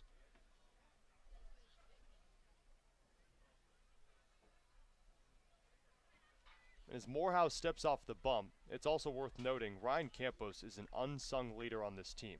First to the ballpark, last to leave. He's that guy that you want as a leader. With the lights beaming down. 1 on, 1 away. Morehouse throws over to second, the tag, not in time. Oh, almost got Devin Burks. Was taking a few bunny hops toward third. And he slides back into second. There's still only 1 away. And the Gatemen still have that game-tying run in scoring position. 1 away, bottom 4. Brewster up 5-4. The lefty Campos. The pitch. Fastball off the end of the bat, lifted to shallow right center, and it'll fall between the converging Bermuda Triangle. Devin Burks over to third. Ryan Campos safe at first. His second base knock of the day. Here in the 4th, the Gatemen have runners at the corners. And that brings up the home run hitter, and Owen Diodati, who has been one of the more consistent hitters in this lineup since joining this team halfway through the season. This is a big spot. A fly ball would tie it. A huge spot, you're right. I mean, this is a Gateman team that scored 3 runs in the first, didn't leave any on the bases, but in the last 2 innings, they've left 5 stranded. Now, you can't do that in a really important game that has a lot of playoff implications. Now a reminder, Zane Morehouse is the starter. He's still out there in his 4th inning of work. He's been in a bases-loaded jam. Last time that happened, he struck out Owen Diodati in the 2nd to end that frame. But Diodati now working with just 1 out. So you're right, that sacrifice fly opportunity still in play. Right-hander delivers a fastball that flirts with the top of the zone. It's called a strike. Owen Diodati at least 1 hit in 12 of his 17 games.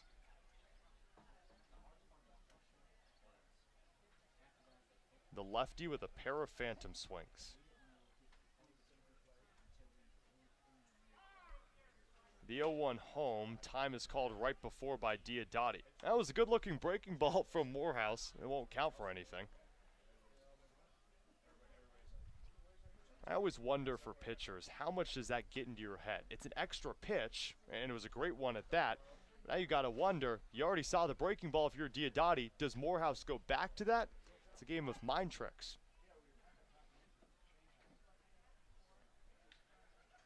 The infield playing on the pull side of the lefty. The shortstop playing closer to second. 0-1 heater high. Maybe it was a bit of mind tricks. After delivering a breaking ball, it didn't count because time was called. Morehouse goes with a fastball and misses way out of the zone.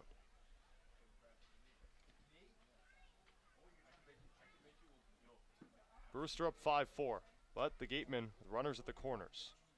1-1, it skips off the padding of Byrne. Devin Burks races in to score. It's a tie ball game, 5-5 off the wild pitch. Ryan Campos advances to second. Back and forth battle between these 2 teams started 2 days ago and right back at it where they left off tonight. So now if we do the math properly, after 9 innings a couple days ago, ended in a 9-9 tie. We're in the bottom of the 4th, only 1 away. So, I mean, you'd almost have a decimal at this point. Well, let's say it does end in a tie after the 4th. And that would be 14-14 after 13 innings of play.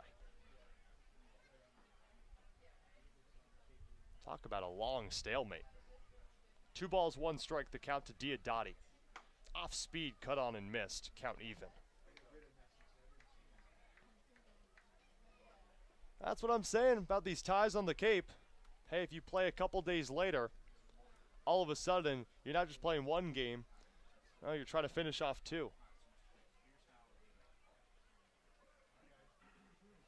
The lights continue to beam down on Spillane Field.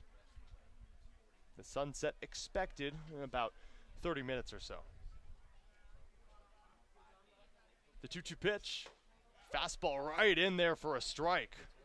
And that's strike 3 on Owen Diodati. He doesn't agree, but it tailed in. That's the 2nd K on Diodati and the 6th for Zane Morehouse.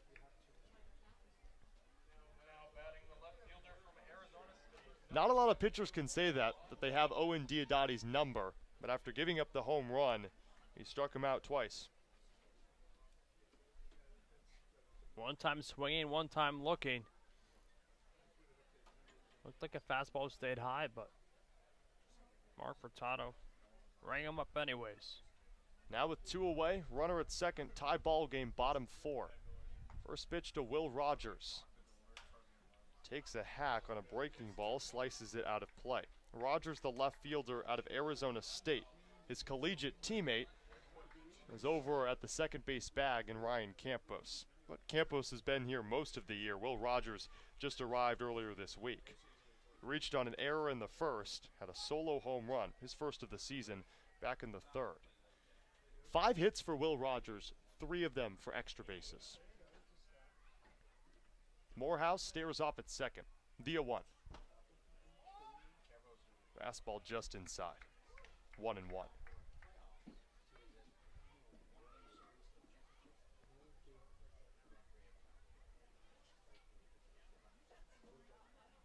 The 6'4" Texas Longhorn on the mound. He dangles his throwing arm forward, now gets set for the 1-1. With 2 away, oh, a nice breaking ball. Just got the bottom of the zone.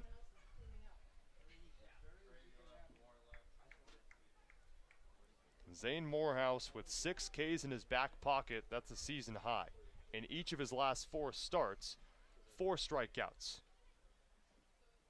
That's accumulated to 16 on the season. He's up to 22. Another chance here. 1-2 swing and a miss. Byrne dropped it. He picks it up, throws over to first. 23 strikeouts on the season for Morehouse, 7 on the day.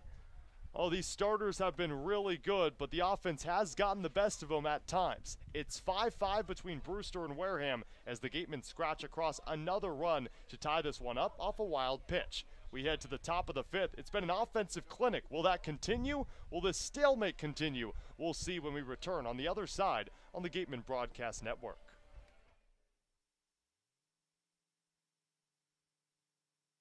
Want your daily dose of news? Lucky for you, Wareham, Sipicon, and now Dartmouth Week has you covered. Whether you live in Wareham or in the surrounding areas, you can count on up-to-date news on sports, schools, and even the fine arts, courtesy of the partnership between Wareham, Sipicon, and Dartmouth Week.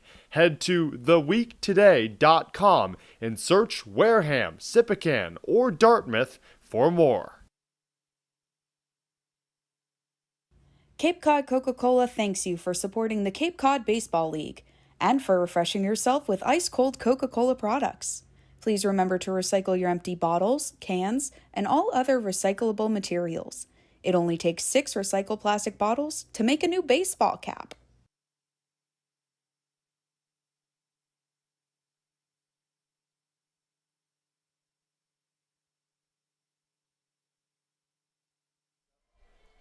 We're on the top of the 5th. This is a stalemate between Brewster and Wareham. With Alex Feuz, I'm Cameron Ezeir. 5 runs for Brewster, 2 of them coming in the 1st, 2 more in the 3rd, and 1 in the 4th. Well, for the Wareham Gatemen, they scored 3 in the 1st, had a slight lead, then lost it, but then tied this game up in the 3rd, courtesy of a home run from Will Rogers, and scored on a wild pitch in the 4th. Jack Sullivan on the bump for his 2nd inning of work. It'll be the 3, 4, and 5 hitters for Brewster. Nick LaRussa takes a strike on the outside corner. Jack Sullivan's been working really well with that breaking ball. LaRusso strikeout in the 1st, single in the 3rd. He ended up scoring a run as well. Righty on righty. The 0-1 home. Another off speed again outside. It seems that Jack Sullivan is working predominantly on that outer half. Been mainly fastball inside and breaking ball outside.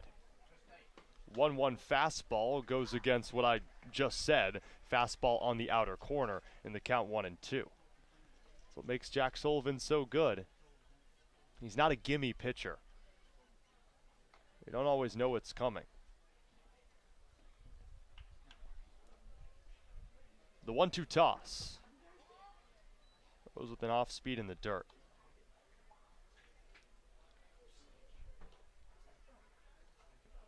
Well, we've seen a lot from Jack Sullivan. That fastball slider, just saw a changeup there.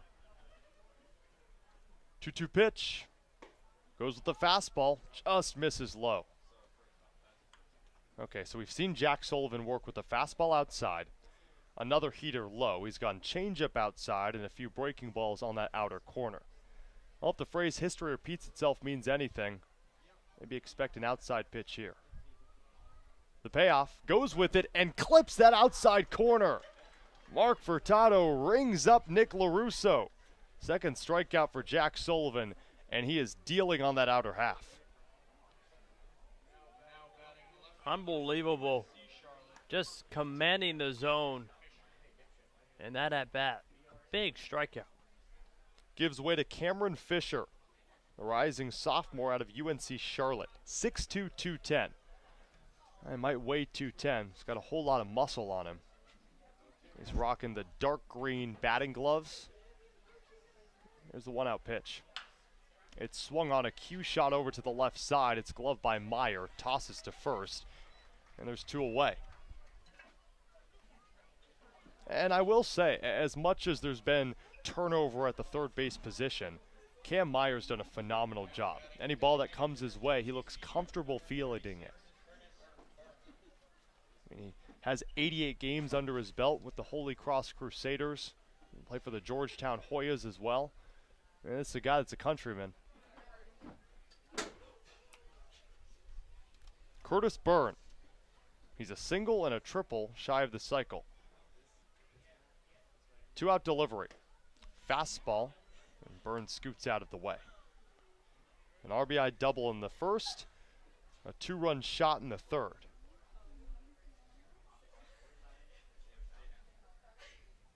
With 2 away, the 1-0 pitch.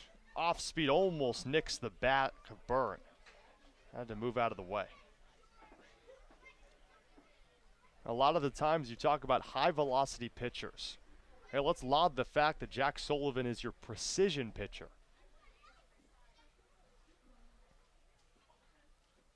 Two-0. Fastball cut on and missed. Count 2-1. Well, the infield is playing more toward the left side. Derrick Fabian about equidistant between second and third, playing with his heels on the outfield grass. Well, the outfield are playing rather deep. Curtis Byrne already a home run today.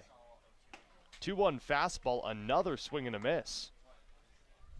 So Jack Sullivan worked a lot on that outside corner, and so far in this AB, he's worked down the middle and inside.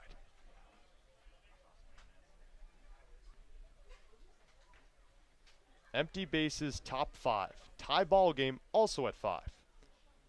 Deuce is wild. Here's the 2-2 pitch.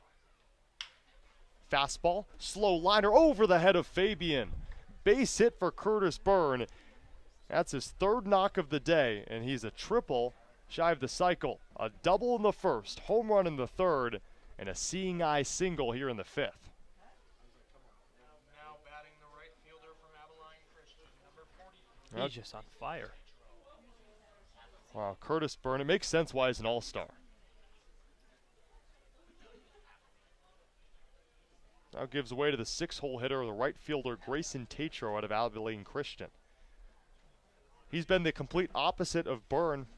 He's 0 for 2 with the pair of Ks. 2-out pitch is a fastball that nicks the outside corner. What have you liked the most from how Curtis Byrne is delivering? Well, it's hitting to all fields, and just the power showcase that he's put on. Designated hitter perspective, that's what you're looking for. We'll see if Tatro can find it. 0-1. Heater fouled back. And that's an underrated part of a lot of hitters' games. A lot of the times you talk about, okay, how many home runs do they have? What's their batting average? But do they hit to all fields? I think a lot of the times, and in this day and age, it's so easy to block off any hitter from picking up a knock in any respective game, because you just implement a shift if you know they're going to hit to the left side. You know it's going to the right side. Well, Byrne's taking advantage all over the place. 0-2 fastball ripped down the first base line, foul. Obviously, the shift being banned at the major league level next season, where all outfielders have to stay on the outfield grass and all infielders have to stay on the infield dirt. Is it also the rule that there needs to be at least 2 on either side between second and third and first and second? Yes, I believe so. That blocks off any possible shifts in the infield as well. 0-2. Fastball lifted. Fabian points up. Rogers drifts left into the left center field gap, makes the grab, and that retires the side. Well, Jack Sullivan has entered this ball game. He's only allowed 1 run, as well as only a pair of hits. All he's done is due diligence. We head to the bottom of the 5th. 5-5 ball game between Brewster and Wareham will return for the bottom of the 5th on the Gateman Broadcast Network.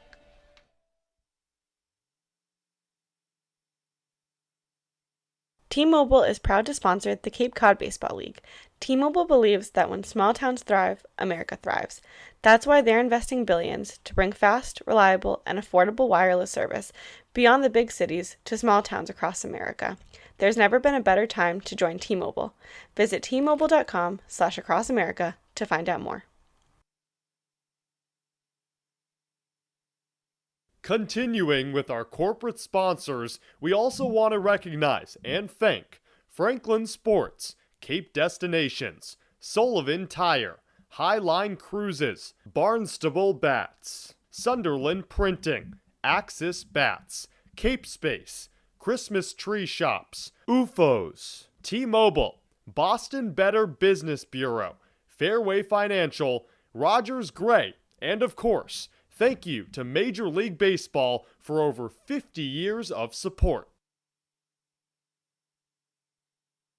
Gateman Baseball is officially sponsored by Robertson's GMC, the truck professionals. Located just 2 miles away on Cranberry Highway, Robertson's GMC, we are professional grade, power like a pro.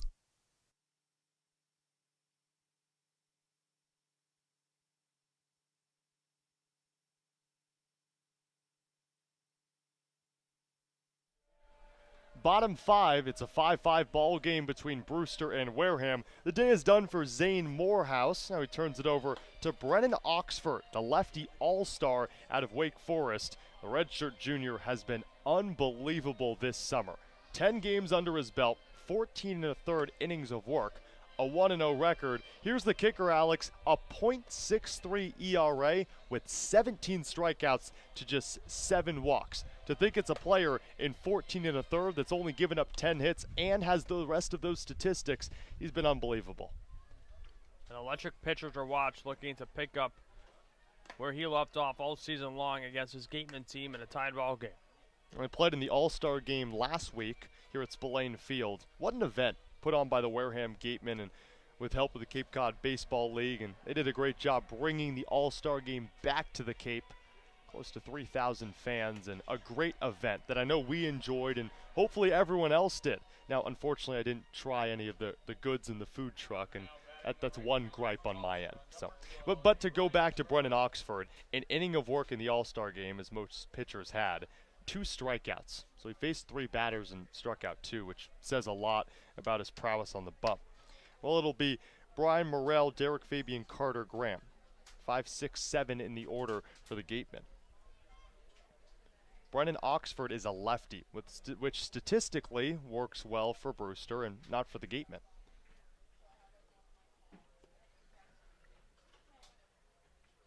First pitch is a fastball that dips downstairs, count 1-0. Now I say statistically because when you look at the stats, the Gatemen are batting .208 against lefties and .236 against righties.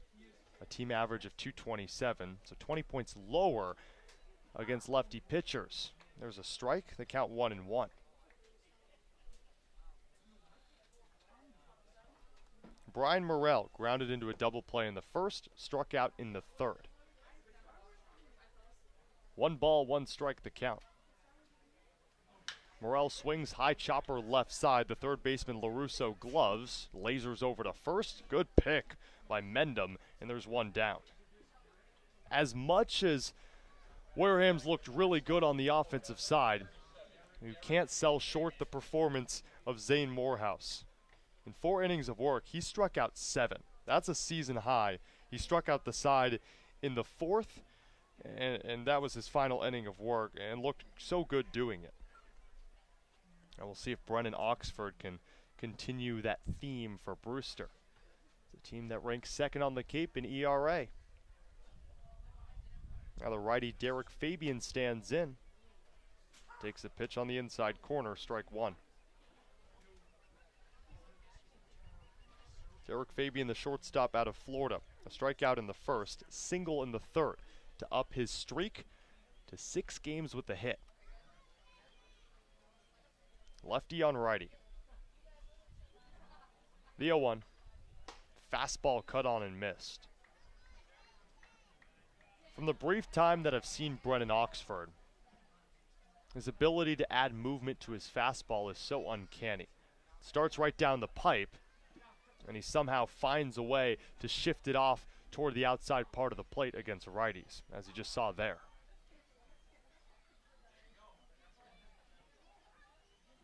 Oxford the 0-2. Off speed time, fouled back.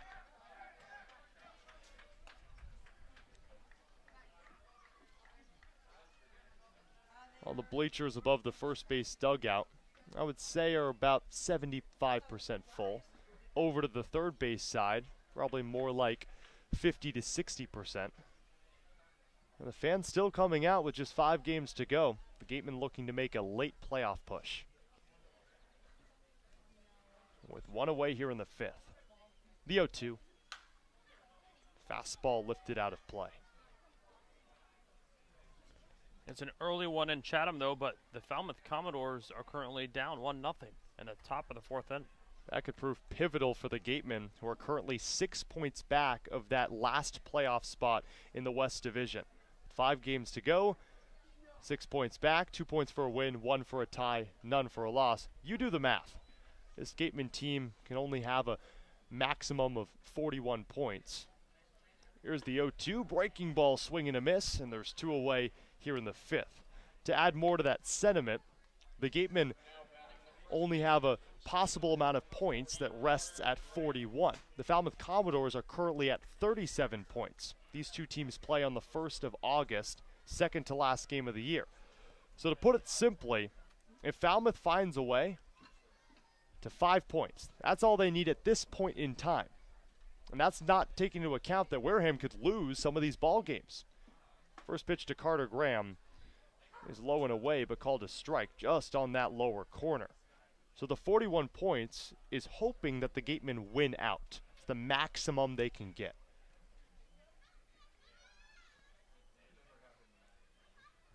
Oh, 1. Swing and a miss. Count 0-2. Now, just a couple of days ago, it looked like Wareham was completely out of it. Falmouth had won 3 straight. Wareham hadn't won in 16 days. It was a 9-point gap. Because Falmouth lost their last 2 games, Wareham picked up 3 points in the last 2. Now they've shaved it off a bit. 0-2. Off speed, lifted to deep left field. Fisher back. He tracks it at the wall. Leaps. He made the catch. What a grab by Cameron Fisher out there in the gap in left center to rob extra bases away from Carter Graham. It's still a 5-5 ball game. We head to the top of the 6th when we return to Spillane Field on the Gateman Broadcast Network.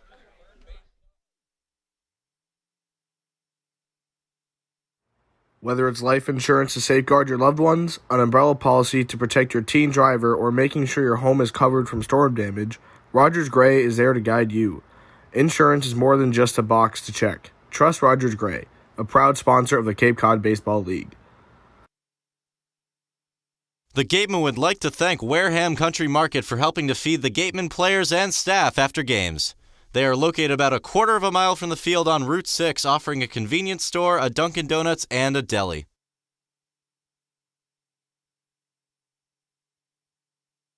Need physical therapy? Select Physical Therapy works directly with you and your physician to create a plan of care that meets your goals and needs, with 6 locations on Cape Cod and more across the country. Select Physical Therapy is the official provider of athletic training for the Wareham Gatemen.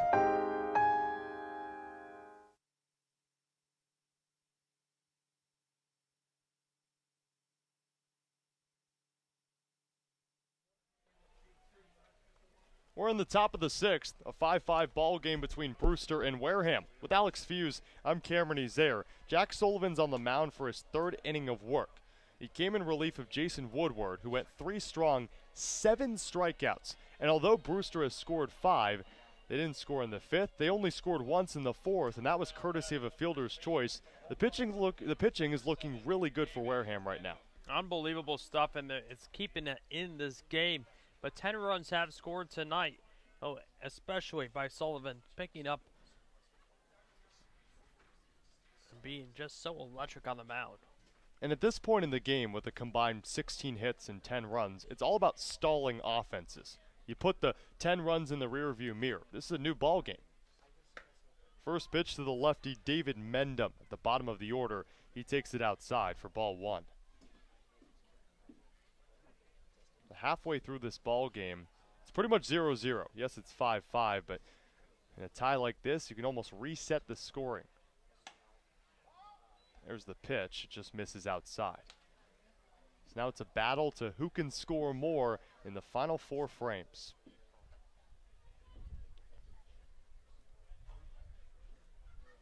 Mendenham, a pair of strikeouts today, both looking. 2-0 fastball, foul tip it in the glove of Burks. Count 2-1. For David Mendenham, this is the first time he's facing Jack Sullivan today.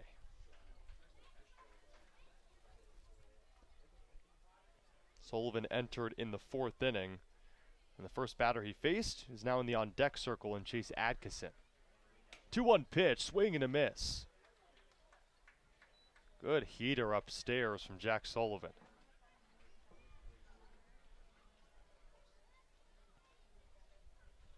David Mendenham adjusts his protective gear on his right elbow.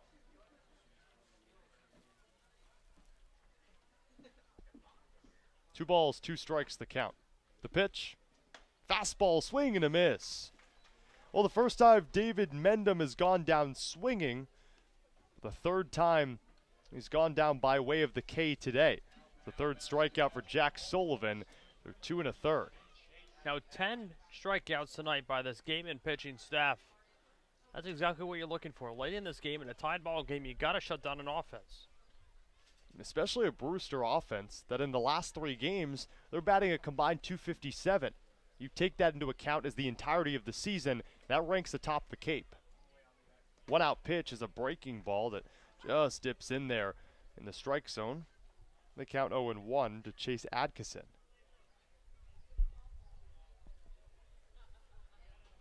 Now Derrick Fabian, the shortstop, is playing much closer to third than we've seen him this game.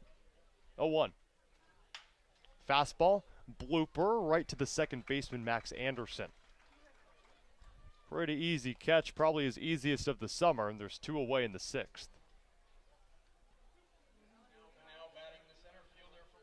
You love those plays. Don't even have to move. No pain, full gain. Ryan Lasko, a single in the 2nd, ground out to the third baseman Meyer back in the 4th. He's 1 for 2 today. First offering is a breaking ball that misses low.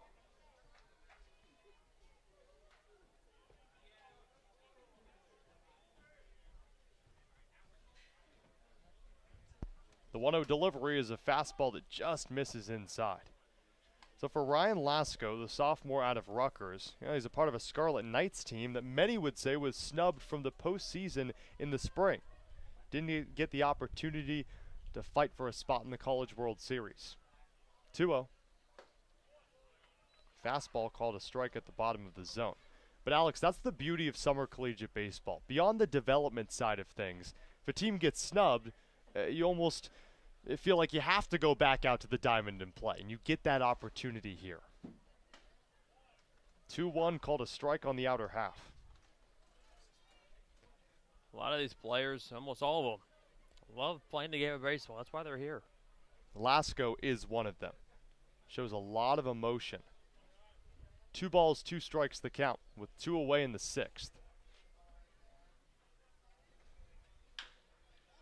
Lasko, high chopper left side. Shortstop Derrick Fabian tosses over to first, and that retires the side.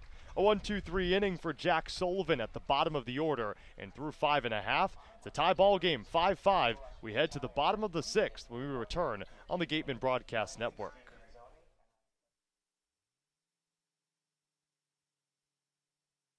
Wareham House of Pizza has been serving Wareham and Marion for over 40 years with steak and cheese, pizza, and subs. Located in Shaw's Plaza, head on over for pickup or let them deliver to you. Cape Cod 5 is proud to be a long-standing supporter of the Cape Cod Baseball League and its contribution to the local economy as a treasured summer attraction. Cape Cod 5 is a community bank serving customers throughout Cape Cod, the islands, and southeastern Massachusetts.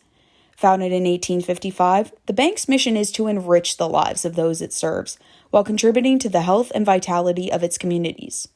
Cape Cod 5 provides a full range of banking solutions, including personal and business banking, residential mortgages, investment management, and trust services.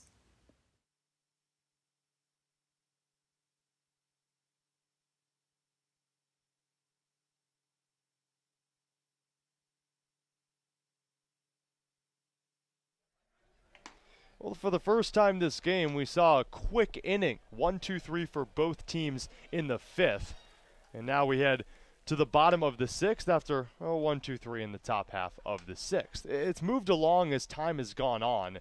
And now the home half for the Wareham Gatemen, it'll be 8-9-1. Cam Meyer, Devin Burks, Max Anderson. Meyer, the third baseman out of Georgetown, just joined this team a couple days ago. And what a story for Cam Meyer. He entered a game against Brewster 2 days ago in an 8-6 deficit. Now the Gatemen, they're hoping that their pinch hitter, Cam Meyer, can deliver with the bases loaded. He did so with the bases clearing 3 RBI triple to give the Gatemen a 9-8 lead. And this is a player that had his family in the stands as well. And I heard them after the game just, big smiles from ear to ear on their face and just saying, wow, what a surprise, what a time. You didn't think Cam Meyer would play. He didn't start, but he gets the nod and he comes up in a big spot. First pitch from Oxford is low but called a strike anyway. Just got that bottom corner on the outer half. But for Meyer today, he hasn't had that moment yet. Struck out in the second, ground out in the third. So 0 for 2.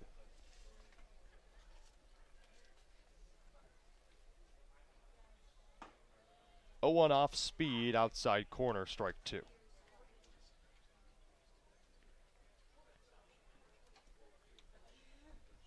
Brewster 5, Wareham 5, bottom 6.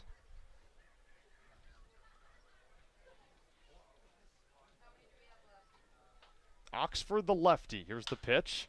It's on the ground to the left side. The shortstop DeMartini scoops, throws over to first. There's one away.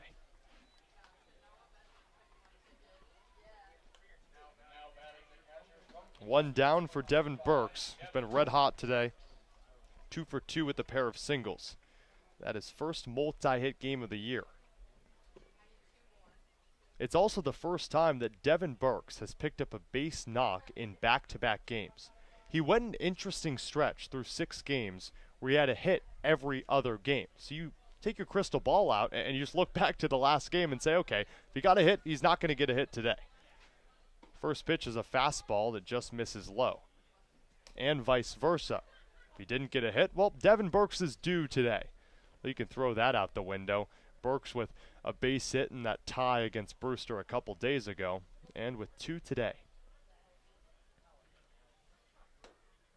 1-0 heater low. Devin Burks just wrapped up his redshirt freshman season at Kentucky.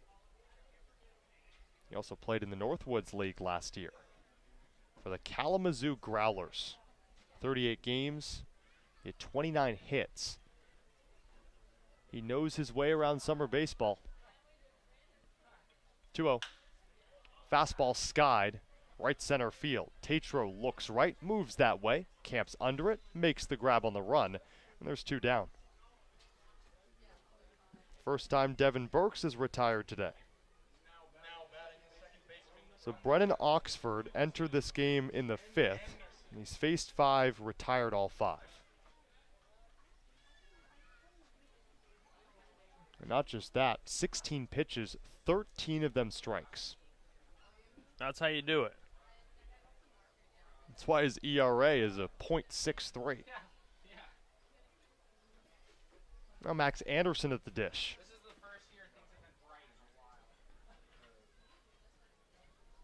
Max Anderson, a home run in the first, single in the second. He did strike out in the 4th, but that was with a full count. He's not just patient, he's poised. He's been a leader on this team in terms of on the offensive side. He's probably one of the best defensive third basemen, and today we're seeing him at second. Now we've seen him at first as well. There's not a lot that Max Anderson can't do.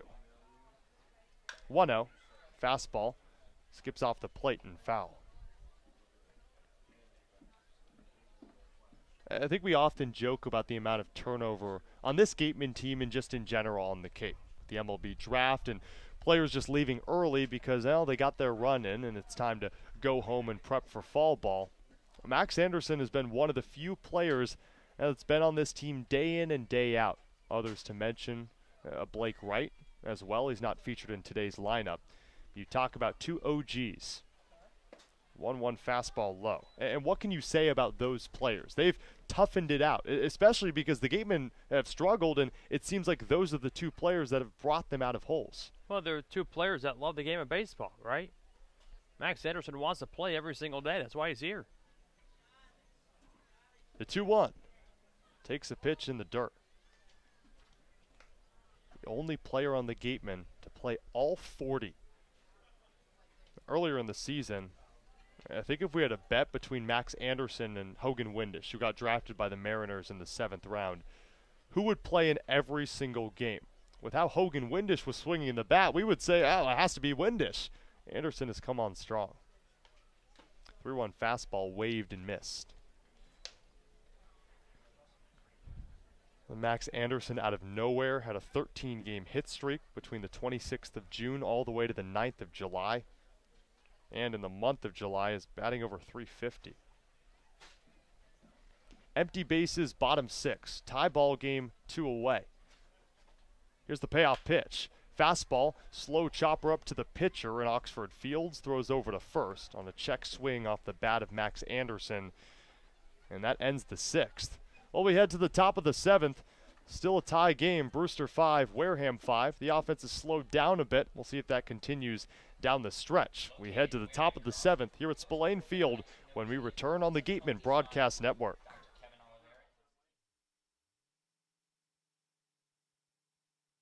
After the game, visit El Mariachi on Main Street for the best Mexican food in Wareham. The cantina provides a delicious late-night snack accompanied by fun cocktails. One of the Gatemen's favorite places for their post-game meals is Cool Cone, where you can get anything from fried clams and fried chicken to an ice cream sundae, and then top it all off with a round of mini golf. Cool Cone, located on Route 6 on the Wareham-Marion line.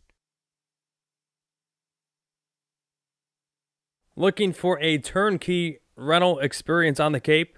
Gibson Sotheby's International Realty has a dedicated team of rental professionals ready to provide homeowners and guests with exceptional service. For Cape Cod rentals, nothing compares.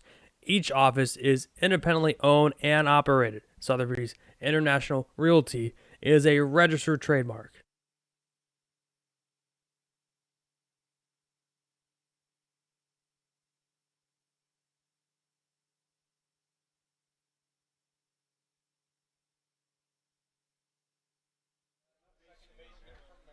Jack Sullivan on the bump here in the top of the 7th for his 4th inning of work.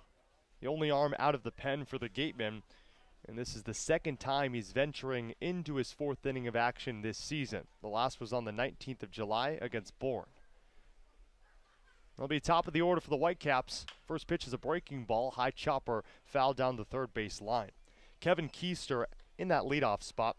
He popped up to the shortstop Fabian to lead off this game, then walked in 5 pitches in the 2nd, and then facing Jack Sullivan for the first time today in the 4th, a fielder's choice ground out that allowed a run to score. Here's the 0-1. Fastball cut on and missed. Almost a sword-like swing. I don't think Keister wanted to go, but he did anyway, and the count 0-2. Just waved at it. Almost a now you see me, now you don't for the baseball upstairs. Sullivan ahead of the count. Here's the 0-2. Got him looking. Outside corner and low. 4th strikeout for Jack Sullivan. One away in the 7th. I mean, I've said it time and time again. What I love about Jack Sullivan, he doesn't just know how to work the outside corner. He works every part of the plate and does it with such precision. He's your classic movement guy. He has that high velocity, but he utilizes each corner of the plate a little more than thinking, okay, I have to touch 95. Now Carson DiMartini digs into the lefty batter's box, and he takes a fastball low and away. Count 1-0. Command over control. I know you're a big fan of that. Why? Well, you got to have command of your pitches. Just pinpointing places, it doesn't matter how hard we throw it. 1-0. Just misses low. The count 2-0. Back-to-back heaters delivered to Carson DiMartini, who walked in the first, struck out in the second. Only time he's faced Jack Sullivan. Well, Sullivan retired his first batter by way of the K, and that was DiMartini. 3 fastballs, 3 balls on the scoreboard out in deep right center. Now Jack Sullivan is up to 4 strikeouts.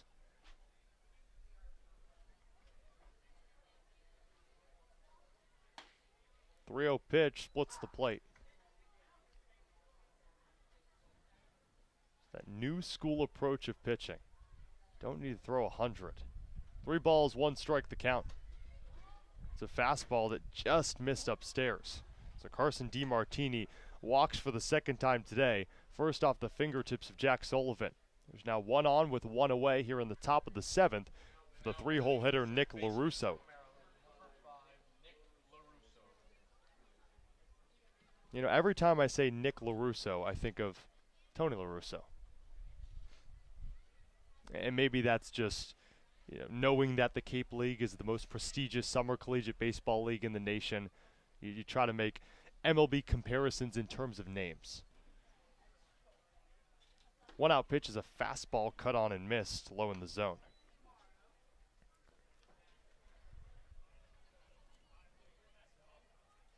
And of course, Tony LaRusso, illustrious career as the manager of the the Cardinals. 0-1 fastball low and away. And now he's the manager of the White Sox, if I'm not mistaken.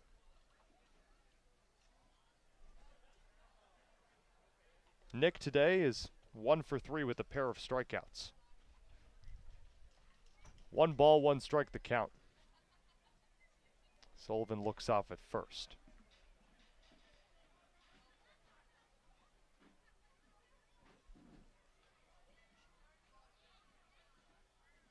You can start to see the illuminating effects on Spillane Field. The sky's starting to darken. 1-1 pitch fouled away, 1-2. It appears there is some rain in the forecast later on tonight. It shouldn't affect this game. One of my weather apps says it might, the other says it won't. Well, that's helpful. Well, as the old saying goes, just look out the window. That's the weather. With 1 away and 1 on. 1 ball, 2 strikes the count. Fastball, chop. This could be a double play. Fabian flips over to second for 1. On to first on a hop. He got him! A 6-4-3 double play to end the top of the 7th. And we head to the bottom of the 7th. It's still a tie ball game at Spillane. We'll see you when we return on the Gateman Broadcast Network.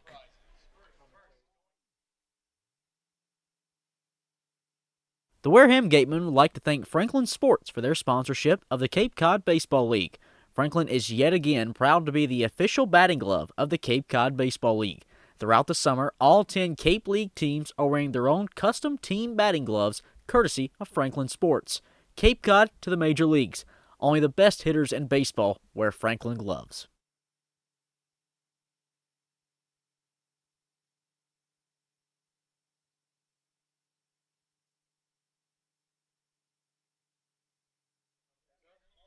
Well, we're back at Spillane Field, 5-5 ball game in the bottom of the 7th. We'll send it down to the 3rd member of our team with Claire Foley. Claire?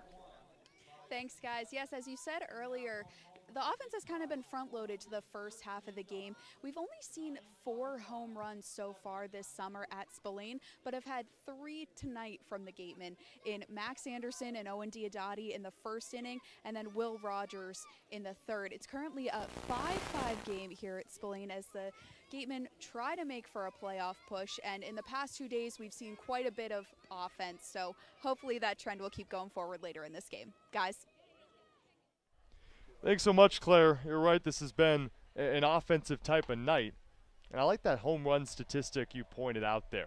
4 tonight.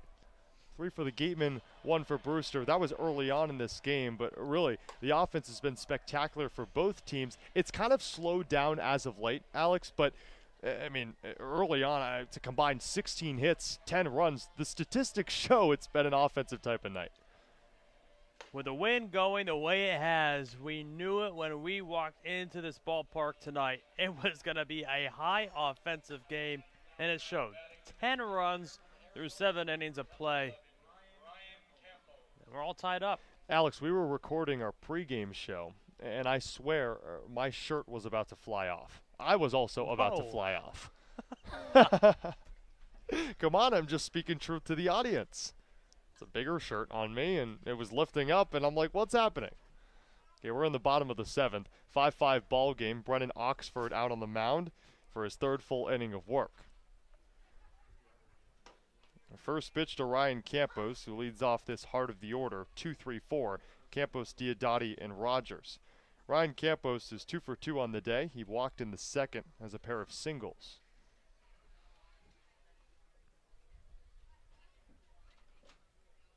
Oxford peers in. The 0-1. It was a fastball. Oh, just missed inside.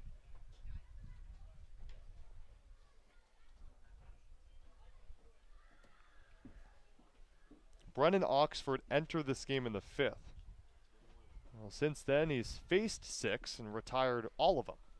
1-2-3 5th, 1-2-3 6th. The lefty Oxford with the 1-1 delivery. The lefty Campos takes. It's on the outer half, 1-2. Oxford's just been unbelievable, obviously all season long. As we've always said, Cam, an ERA that starts with 0 is just phenomenal. And he's been fabulous tonight. 1-2 pitch. Off speed, Sky on the infield. Keister moves in, but DeMartini runs probably 15 feet over to his left to make the grab. That's almost your big brother, little brother play, where Keister wanted it and then looked at DeMartini and said, okay, that was a bit unnecessary. It was an out anyway. Now 7 straight retired off the fingertips of Brennan Oxford, the lefty. Gives way to Owen Diodati. Well, he started off this game with a pop, a 2-run home run, his 3rd of the season. Since then, strikeout in the 2nd, backwards K in the 4th. A 1 for 3 day. First pitch is a fastball that missed high and away. Now, Owen Diodati was a Cape League All-Star for this Wareham Gateman team back in 2021. 36 games, had 34 hits, and a 246 average. 1-0. Fastball low, 2-0. Something that Owen Diodati has done really well this summer, just improved, right? From a 246 average just a year ago, and now he's up to 362 on the season. Here's the 2-0. It just sunk low and outside the plate. Owen Diodati batting out of the 3-hole. He's in center field for just the 2nd time this season. Might be unfamiliar territory in the outfield, but at the plate, I don't think anything is unfamiliar for Owen Diodati. Oxford brushes off some dirt that blanketed the rubber. Well, the defense playing to the pull side of the infield. The 3-0. Off speed outside. Oh, no, that's a strike. I mean, Mark Furtado took his time right behind the catcher Byrne. I think he thought about it for a full 5 seconds before giving a very cinematic strike call. Diodati was already a 3rd over to first base. Well, the count's 3-1. The last 2 times that Diodati's been up, he struck out all on close pitches that could have went either way. That pitch watched, and finally, there's a no call that's low. Owen Diodati finally gets the benefit of the doubt, heads over to first. He's on the base path for the first time since the 1st inning, although that 2-run homer didn't allow him to stay for too long. Now he camps his way over at first.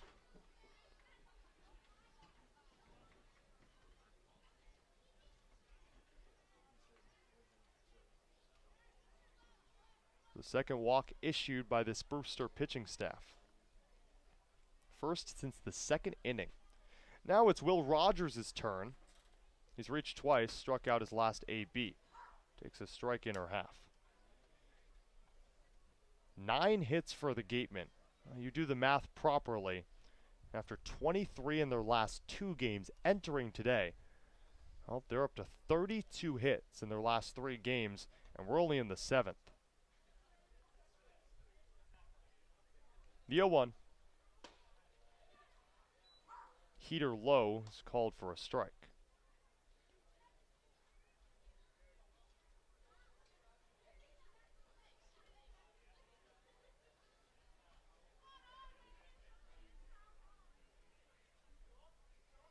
A runner at first, 1 away. 5-5 ball game, bottom 7. Oxford readies at the neck. The 0-2. It's a fastball cranked to deep left field. Was hooking foul all the way. Well, we know Will Rogers has a lot of power. Already has a home run today, and if that one stays fair, well, probably hits a car in the parking lot past the concession stand. And I've only seen one ball surpass the concession stand out there in deep left, and it was off the bat of a former Brewster Whitecap, Mike Sirota. That was when the Gatemen lost to the Hyannis Harbor Hawks a couple weeks ago. Will Rogers has been just phenomenal at the plate. Every at-bat makes a pitcher work so hard. No balls, 2 strikes the count. 1 on, 1 away. Fastball in the attic, outside.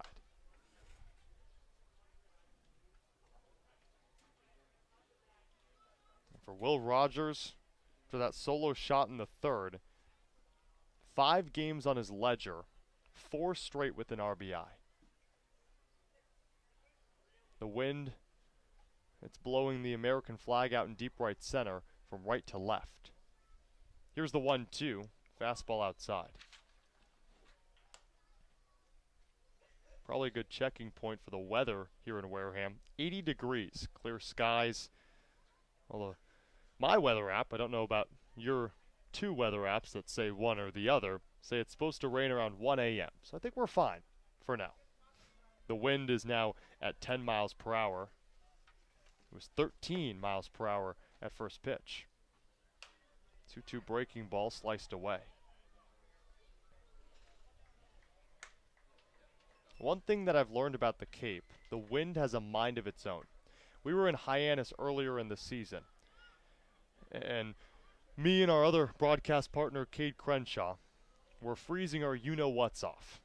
I mean, here at Spillane, there's been times where the wind gust is up to 30 miles per hour, and that's just what happens when you're close to the water. 2 balls, 2 strikes the count. Breaking ball.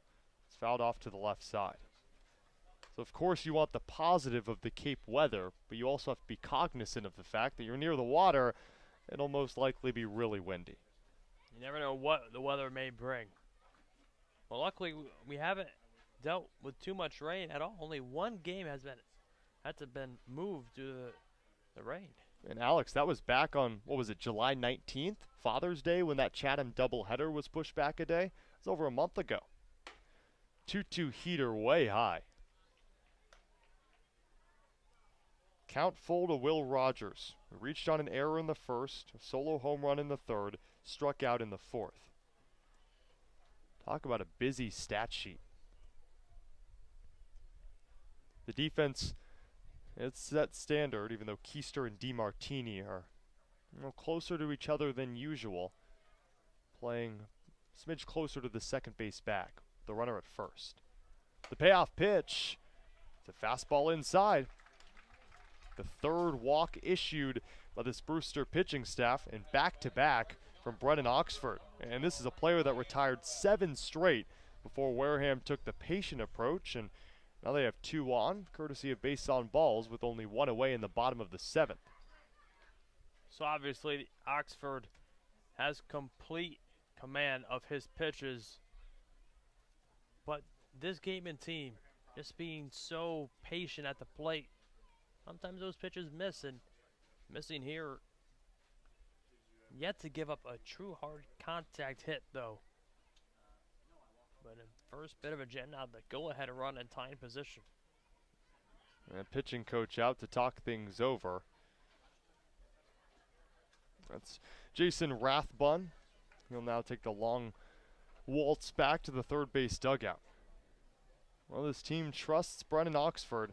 I mean, rightfully so. The .62 ERA, it makes sense why you would. With 2 walks and back-to-back batters, that's a player in Brennan Oxford that's now walked 9 on the season. That to go along with 18 strikeouts. Still has that ability. It's Brian Morell's turn. He's 0 for 3 on the day. 1-out pitch is a fastball way high. It doesn't seem like full command is lost from Brennan Oxford. Whenever he's attacking high, oh, it's missing in the sky. Runners at first and second. Short leadoffs. Rowan Diodati at second base. Will Rogers over at first. 1-0. Goes with the breaking ball to try to relieve his fastball command. And that one misses low.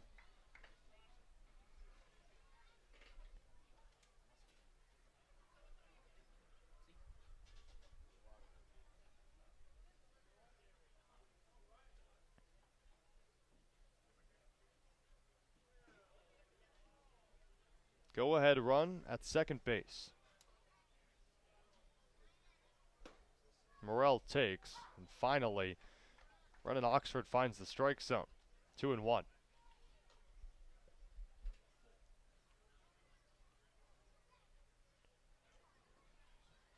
Morell, you're just looking to get it through this infield. Low bloop base hit. Really start something going here in the 7th inning. Looking for hit number 5 on the summer. 2-1, broken bat lifter out to shallow left center. It'll fall for a base hit off the bare hand of the center fielder Lasko. Coming home and now reverting back to third. Oh, multiple Wareham gatemen are in pickles. Well, Rogers tagged out between the second and third base bags. An odd scenario in which Owen Diodati was previously sent by assistant coach Jeremy Colonna, and then he halted him around probably a third of the way to home plate, tried to go back. Unfortunately, Will Rogers was already 3/4 of the way over to third. The relay throw went into the shortstop DeMartini's glove. He tagged out Rogers, and what looked like a possible bases-loaded 1-out situation. So now runners at the corners with 2 away for Derrick Fabian. A big moment that went the Brewster Whitecaps' way in that situation. Now a big moment for the 6-hole hitter Derrick Fabian, who's 1 for 3 on the day. Huge shift for Brewster. The shortstop DeMartini, with his heels on the outfield grass, is playing equidistant between the second base and third base bags. Well, the second baseman Kevin Keister is all the way over to the left side. Here's the 2-out pitch. Fastball misses in the attic. Oxford wants a check. He'll get one. Mike Lightbody says that Derrick Fabian did not go. David Mendenham is holding Brian Morell at first. That means the complete right side of the infield is wide open. Kevin Keister took a couple steps toward the right side, but he's staying right behind the second base bag. Oxford, side hand flip over to first. Brian Morell at first off that broken bat looping single to left center.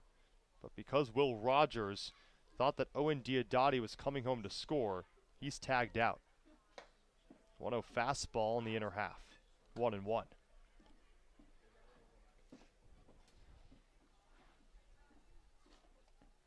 A 5-5 scoreline. It's been that way ever since the end of the 4th. An offensive show through the first 4 innings. Since then, all these pitchers out of the bullpen, it's been phenomenal. 1-1 swing and a miss. Change up for Oxford gets the wave of Fabian. 1 ball, 2 strikes the count. Big pitch, got Fabian swinging. Now behind 1 and 2, if you're Fabian, you're looking to just choke up on the bat and hope to hit it into the big gap between first and second base. He's decked out in Florida gear, but right now he could prove pivotal for his summer collegiate team, the Wareham Gatemen. Runners at the corners, 2 away. 5-5 ball game. Well, the 1-2 is a soft toss over to first. Brian Morrell slowly moves back. So now Kevin Keister, after playing closer to the left side of the infield, probably a couple feet off of the second base bag over to that left side, has moved on the other side. So if there is a slow roller to the right side of the infield, Keister has a chance with his speed. The 1-2 swing and a miss. Brennan Oxford's second strikeout of the day, his 19th of the season, but that might be his biggest one. And Brewster keeps this one at a tie through 7. 2 stranded on for the Gatemen. After Owen Diodati is left on at third, he represented the go-ahead run. We head to the top of the 8th here at Spillane Field. You're watching Wareham Gatemen baseball on the Gatemen Broadcast Network.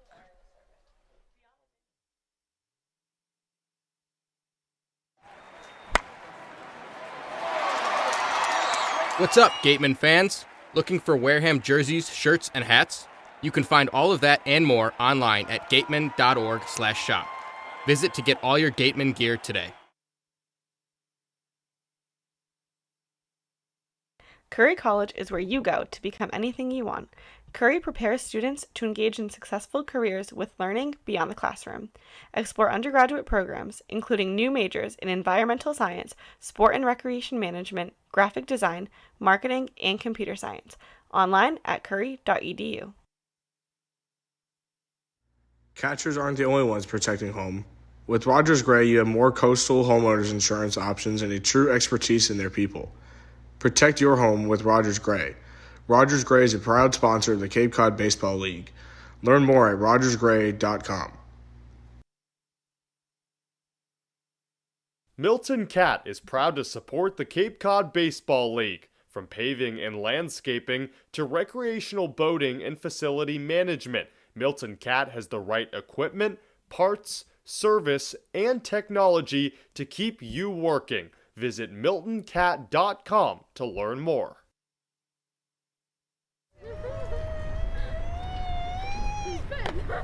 Beat the heat and join us at Waterways, a water experience unlike any other this side of the bridge. Open daily, head over to the water park on Route 28, the Cranberry Highway.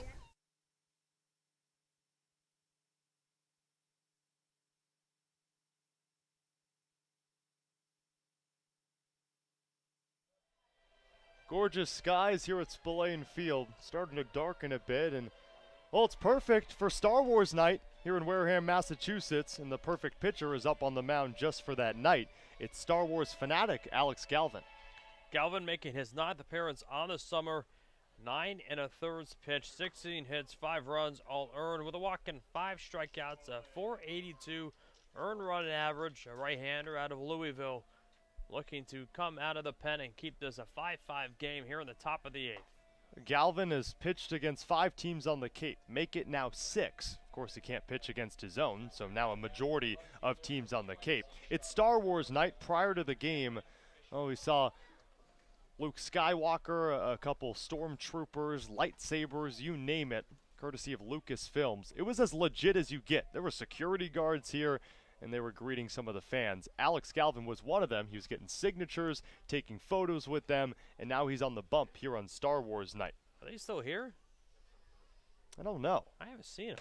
First pitch is high to Cameron Fisher. It's the middle of the order: Fisher, Byrne, and Tatro. You're right. I don't see anyone. Maybe they'll, perform after the game. I'm not completely sure.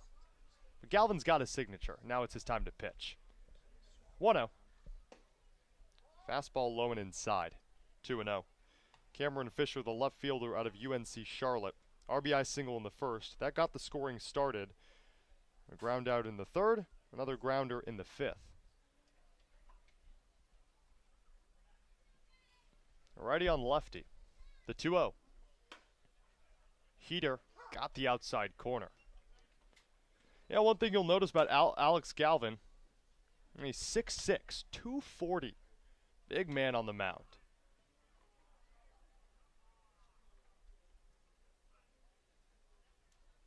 2 balls, 1 strike the count. No outs, top 8th.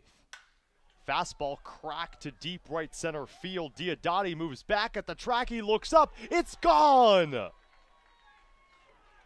Go-ahead home run for Cameron Fisher. And it's 6-5 Brewster here in the 8th. Unbelievable tonight. We've seen a number of home runs hit by both of these teams. Now 11 runs combined by both the Whitecaps and the Gatemen. Wow, that's home run number 5 in this game alone. 2 for Brewster, 3 for Wareham, but that's the go-ahead shot. Cameron Fisher, who competed in the home run derby, only showing off his home run power here at Spillane. Still no outs. Brewster now up 1.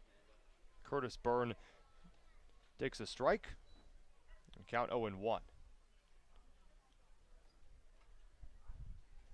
Now the most home runs hit combined in any game the Gatemen have been involved in this summer. Now at 5. Off speed, low and away. And that's Cameron Fisher's 4th home run of the season. I mean, earlier today, well, we've been talking about it time and time again. The winds have blown out in the direction that would be helpful for hitters. Well, it's shown. Here's the 1-1. Fastball, opposite field, shot. It goes through for a base hit. Curtis Byrne has 4 hits on the day. 2 singles, a double, and a home run. He doesn't get his cycle, well, but he can provide some insurance here for the Whitecaps in the 8th. That gives way to Grayson Tatro, the right fielder out of Abilene Christian. Got 2 giants contending right now. Galvin at 6'6", Tatro at 6'4".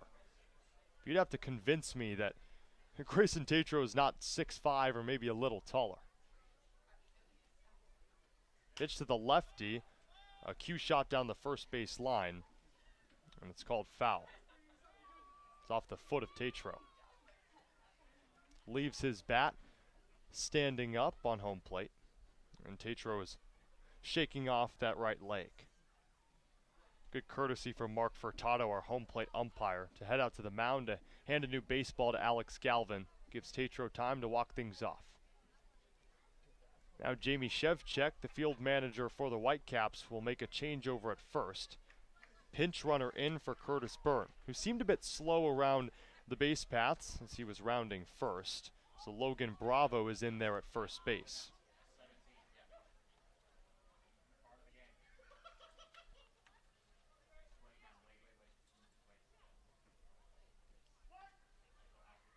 A pinch runner on.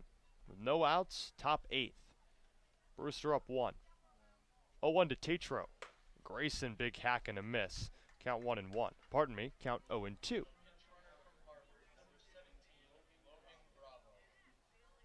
It would have been a ball, but Tatro went after it. Carter Graham holding off the pinch runner Logan Bravo at first. 0-2. Oh, just outside. The reason I wait for that, Mark Furtado has been taking his time with those calls, giving it a 2nd, 3rd, 4th, 5th, and maybe a 6th look as well. The wind still hovering around 10 miles per hour and allowed Cameron Fisher to go yard to give the Whitecaps the lead. 1-2 breaking ball cut on and missed. Alex Galvin is first K and first out here in the 8th. So Alex, we're now up to 12 strikeouts for the Gatemen pitching staff, but Brewster still has the lead. Obviously, the Gatemen are pitching with some swing and miss stuff tonight, but they're the strike throwers they've been all season long, and we've said it many times tonight. When you're a strike thrower, you are bound to give up hits, and it's obviously gone the Brewster way so far. Pinch hitter for Brewster, it's Davis Diaz. A ball up high near the eyes of Diaz.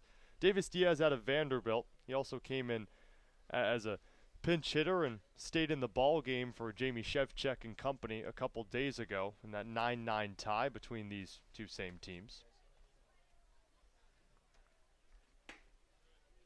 Diaz takes 2-0. Davis Diaz, an all-star. in that tie against Wareham, 1 for 3 with a solo home run. But on the season, he's sitting right on the Mendoza line at 200.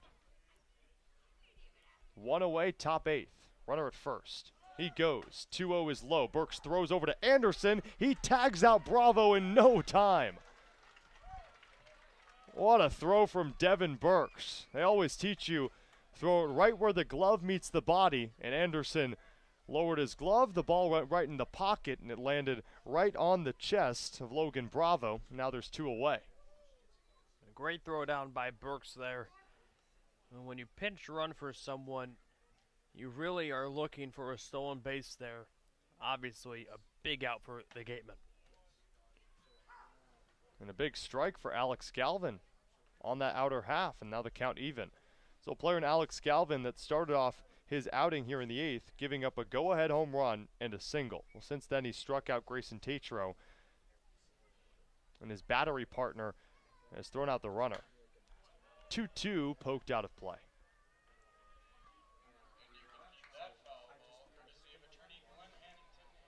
We can't stress this enough. If the Gatemen lose this game, and their odds of making the playoffs, they slim out a bit more. 6 points back of the Falmouth Commodores with only 5 games to go. 2-2. Off speed, slow roller left side. Fabian charges, throws over to first. He got him! And that closes out the top of the 8th. Through 7.5, the Brewster Whitecaps lead 6-5 off a go-ahead home run on the lefty bat of Cameron Fisher. We head to the bottom of the 8th. The Gatemen in a deficit for the first time in 4 frames. We'll see how they respond when we return to Spillane Field on the Gatemen Broadcast Network.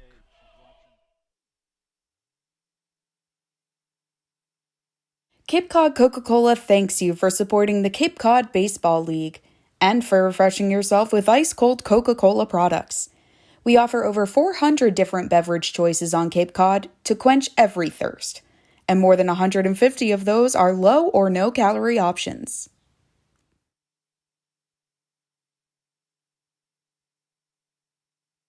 As a proud sponsor of the Cape Cod Baseball League, the Mass State Lottery is celebrating the games we love playing, from the baseball diamond to the many lottery games that help support all 351 cities and towns across the Commonwealth. So here's to 50 years of winning and 50 more.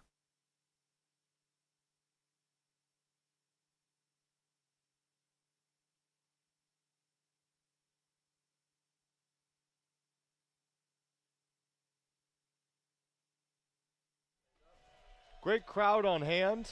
The Wareham Gatemen currently trail the Brewster Whitecaps 6-5. A scattered amount of fans above the first base bleachers. That's what you're seeing right now. On the third base side, the same, and a lot of them are rocking Wareham colors in the red and the maroon. Right now the Wareham Gatemen are trailing 6-5 alongside Alex Feuz. I'm Cameron Ezeir. We'll mention the new pitcher in just a bit, but it's not just the fans that are here. How about the fans watching at home? We really appreciate you watching us all season long, listening to us on the road as well. We want to mention one special fan that has bigger ties than the Gatemen than a lot of people watching at home. It's Sherry Gay, the wife of Tom Gay, who was the president of the Gatemen last season. He still plays a huge role in the Gatemen organization as he's allowing an easy transition from a role as the president to a new president who's Andy Lang. So we appreciate both Sherry Gay and everyone watching at home. So Sherry, if you're watching, hopefully you're wishing good luck for the Gatemen here in the 8th, and they'll need that good luck against the new pitcher on the mound, Jack Stroud. Yeah, Stroud making his second appearance on the summer. 1 inning, 1 hit, 1 walk, and 1 strikeout so far. It's a pitcher from Texas State University.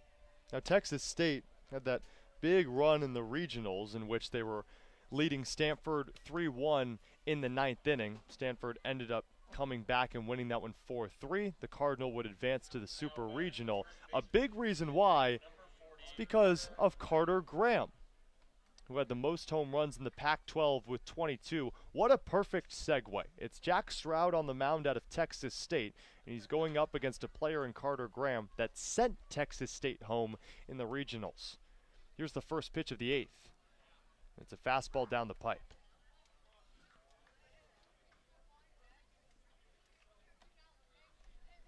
Carter Graham in the 7-hole. He's 0 for 3 on the day. 0-1 off speed high. Fisher stole a double away from Graham in his second at bat tonight. That was a long and hard hit fly ball out to left center. 1-1 fastball fouled to the backstop. And it was a play that Fisher had to leap for. He was ranging to his left.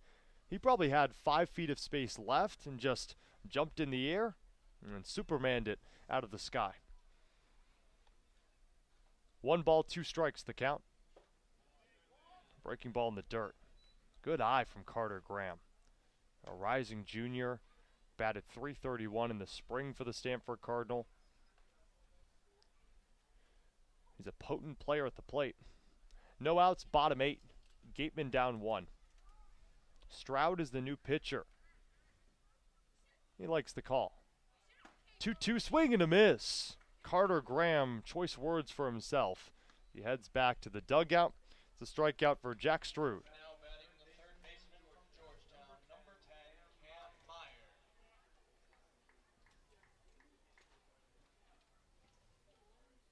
Brings up Cam Meyer, the third baseman out of Georgetown. So Stroud is the second arm out of the pen. The first pitch is a fastball with a whole lot of ride to it on the outside. 1-0. Meyer in his senior season. 6'2", 205. 1-0 delivery right down the pipe. So Meyer chooses to take. And now the count's 1-1. It's a large gap up the middle. Meyer cut on and missed. Count 1-2.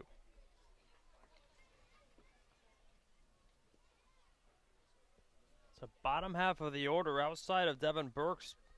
Been unproductive tonight, but Meyer looking to change that.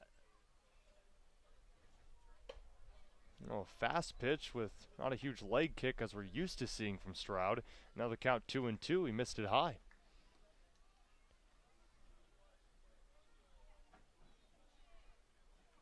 The 2-2. Off speed, skipped in the dirt.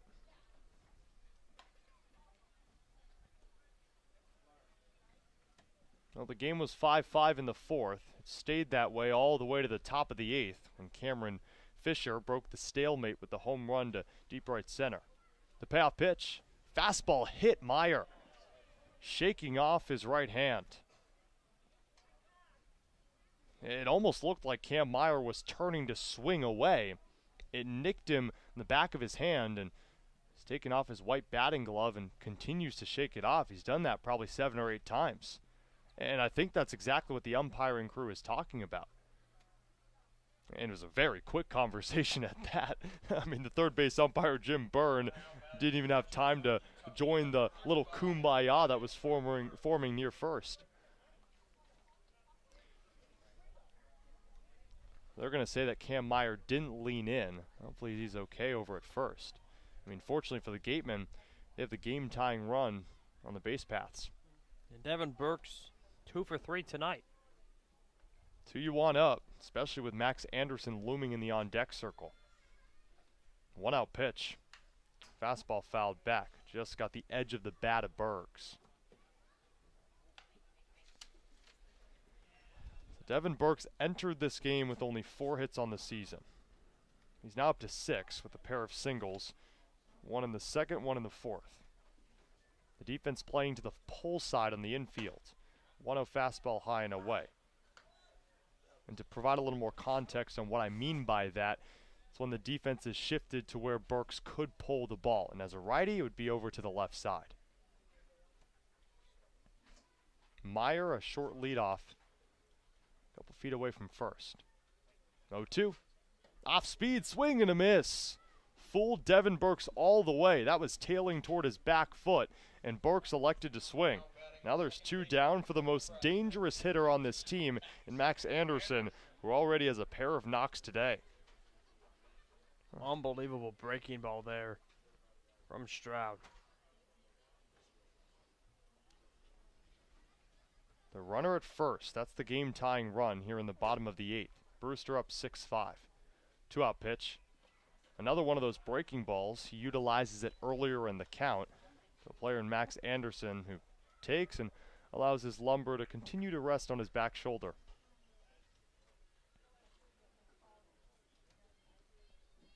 A homer in the first, single in the second. Those are his last productive ABs. 1-0. Fastball slices in the inside corner. It counts 1-1.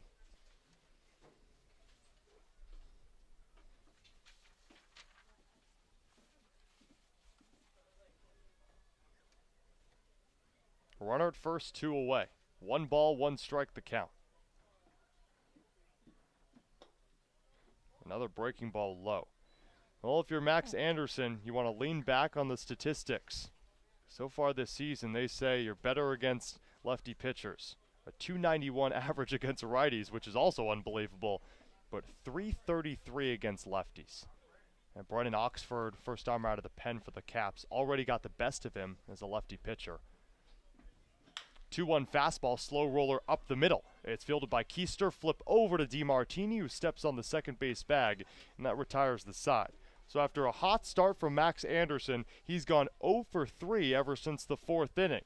The Gatemen strand the game-tying run on the base paths, and we head to the top of the 9th. The Brewster Whitecaps lead the Wareham Gatemen 6-5 when we return on the Gatemen Broadcast Network.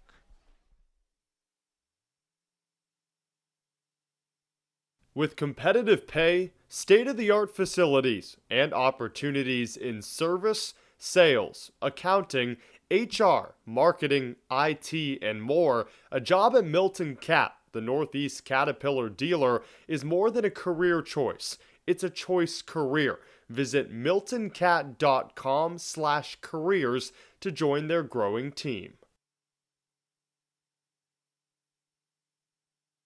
The law firm of Lang, Exifaris & Bullard, providing families and businesses in the greater New Bedford community with legal services for 40 years.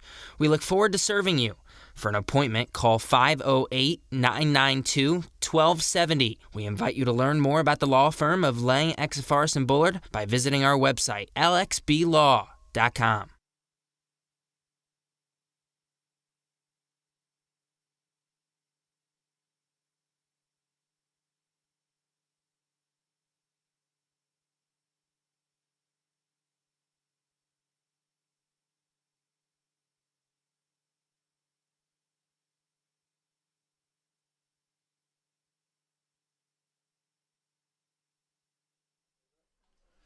Well, we've reached the home stretch here at Spillane Field. The Brewster Whitecaps lead the Wareham Gatemen 6-5. Now it's the Caps' turn to add on maybe some insurance. The line's right now 6 runs on 9 hits, 1 error. For the Wareham Gatemen, 5 runs on 10 hits and 2 defensive miscues. Well, for Alex Galvin, it's about stalling this Brewster offense. Wasn't able to do so in the 8th, gave up that go-ahead home run to Cameron Fisher. But now he's working with 8, 9, and 1 in the order. Prior to that, Mark Furtado just circled near the plate and then tapped Devin Burks on the helmet. Got his exercise in, and now we're ready to play baseball. Righty Galvin pitching to the righty Chase Adkison. First offering is a breaking ball that didn't tail enough on the back end. 1-0. Adkison, the Oklahoma State Cowboy. Galvin, Louisville Cardinal, 6-6 on the bump. 1-0 breaking ball sent to deep left field. Rogers moves back, camps under it after tracking a bit in, makes the grab. Hey, at this point in this game with 5 combined home runs, I wouldn't be surprised if that one caught in the jet stream. I think a lot of us were holding our breath. Every high fly ball we've seen tonight, we've questioned whether or not that will leave the ballpark or not, but I can suggest missing it. That was the 9-hole hitter Ryan Lasko. Single in the 2nd, pair of groundouts in the 4th and the 6th. Swings away at the first pitch. That's strike 1. Alex Galvin, 20 pitches, 13 of them strikes.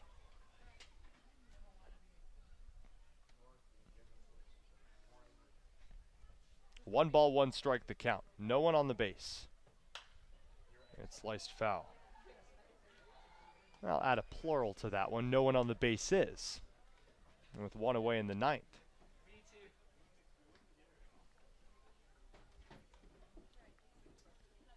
Lasko, the center fielder out of Rutgers. The pitch. 1-2 skipped in the dirt. Odd carom toward the third base side off the mitt of Devin Burks. Well, for Ryan Lasko, a little stint with Team USA during this Cape season. Yeah, but he rejoined the Brewster Whitecaps. 2-2. Breaking ball high. Always impressed by those Team USA guys that don't make the final roster, but even after such disappointment, they come back because they love the game. Here's the 2-2 once again. Fastball high chopper to the left side. Fabian off of his glove and skips into the bare hand of the covering Max Anderson. And safe at first is Ryan Lasko on the base paths for the second time today, and that'll be hit number 10 for the Brewster Whitecaps. A patented hop on this stone dust infield. It's ridiculous at this point, and I'm not saying it's anything on the maintenance, or it just seems that playing on stone dust has allowed for odd hops where the infield grass merges with the stone dust. I mean, we're not the only ones seeing it. Think of a bouncy ball on a parking lot. Yeah, I've talked to Blake Wright, one of the players on the Gateman, and he told me before the game, it takes some weird hops. It's hard to get used to. Now the first pitch to Kevin Keister at the top of the order. It's ball one.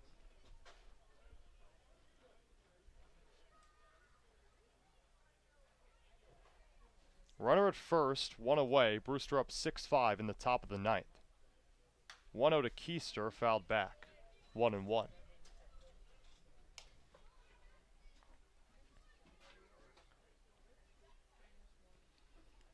Kevin Keister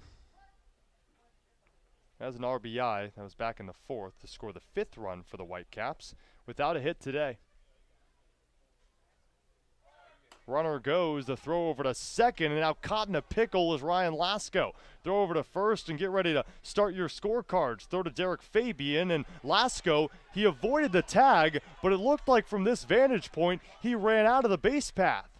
Took an odd angle and almost leaned back like he was doing the limbo around a possible tag from Derrick Fabian, and Harvey Shapiro's irate. The field manager for the Gatemen is all the way out to the mound. He wants to talk things over with the third base ump, Jim Byrne. I thought for sure that the glove of Fabian touched Lasko before he touched second base. And if not, I thought Ryan Lasko was way out of the base path between first and second. I mean, it has to be one of the two. At this point, Lasko is safe with one of the most odd stolen bases you'll ever see. I said your scorecard's out because that was close to being, I mean, I don't even want to do it in my head at this point. A 2, 4, 3, 6, or out, a put out. Instead, the umpire and crew's talking about it. I mean, Lasko did a great job joining Cirque du Soleil here in the ninth.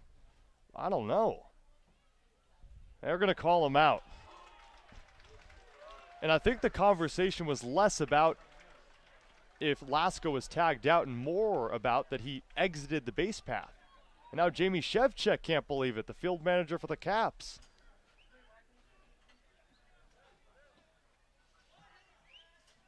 And the issue at this point is the call was already made, or now reversed.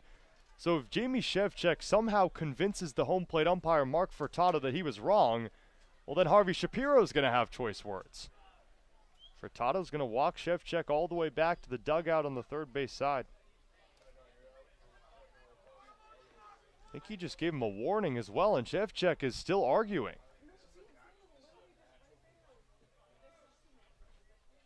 Furtado telling him, go back to the dugout, and now an issue is warned.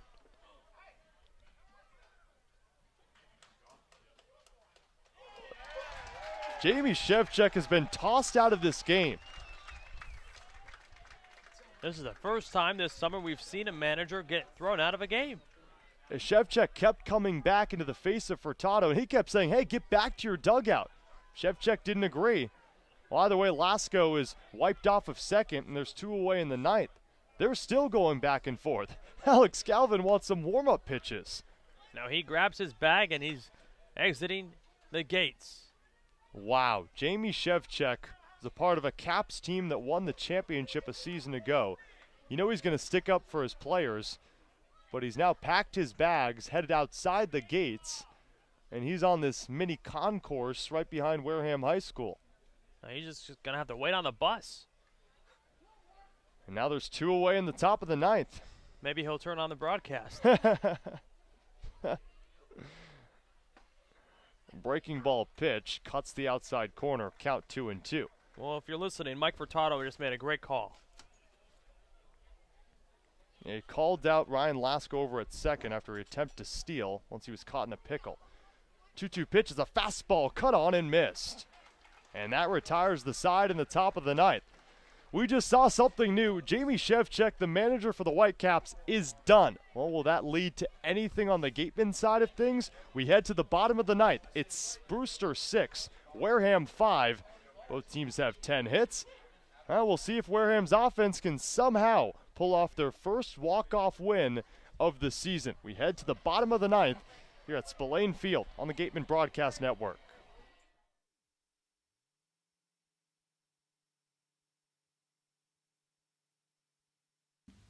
Tom and Jean Yockey were passionate about the game of baseball.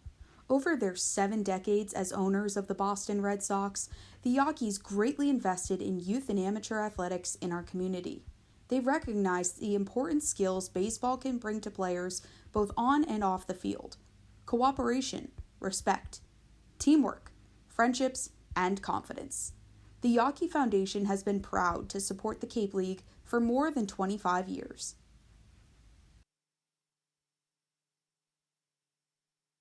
Joanne Stevenson with Berkshire Hathaway and Robert Paul Properties brings over 21 years of real estate experience to the South Shore and Cape Cod area. The Robert Paul Properties team not only specializes in coastal luxury properties, but proudly serves our veterans in their home search or sell process. Joanne Stevenson is your local, homegrown agent who knows the area and knows the market. Call Joanne Stevenson with Robert Paul Properties for all your real estate needs. Located at 155 Front Street in Marion.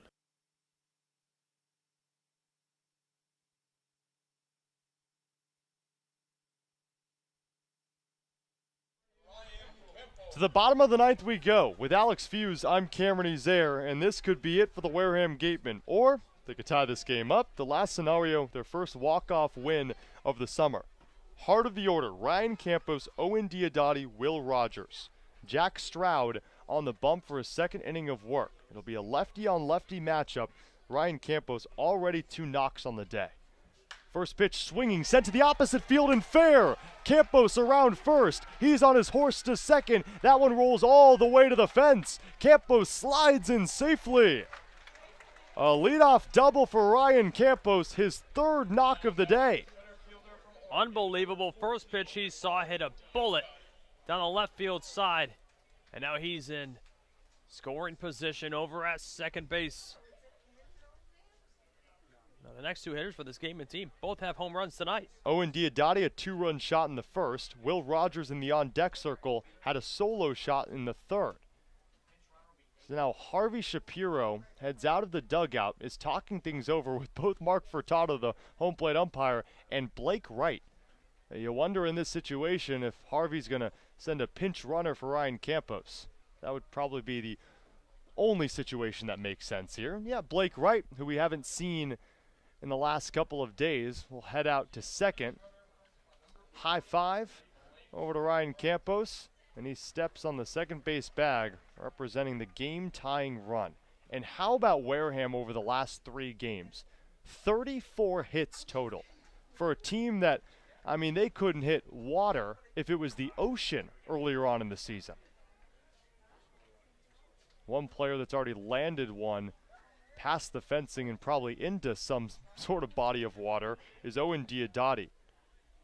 He's 1 for 3 on the day, had a walk in the 7th, struck out twice, a 2-run shot in the 1st. Game-tying run at second. breaking ball. It's slicing into foul ground and it'll fall. Count 0-1. Well, we can't stress it enough. The Wareham Gatemen are 6 points out of the last playoff spot in the West Division. The Falmouth Commodores, the team they're chasing. Only 5 games to go. A win could mean that the Gatemen are now just 4 points out with 4 games to go, barring whatever happens in that Falmouth-Chatham game.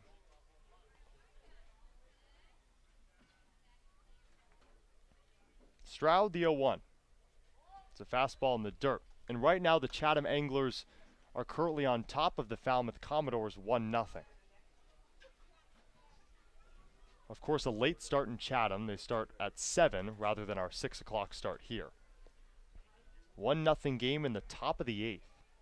Right here, well, it's 6-5. 1-1 foul to the backstop. The count 1-2. And if Brewster loses this game and Chatham beats Falmouth, it's almost a domino effect in both divisions. Because then Chatham is bumped up to 35 points while Brewster still sits at 37. And that clump continues to grow in the 2nd place and 5th place teams in the East Division. 4 teams in a tight race in the East.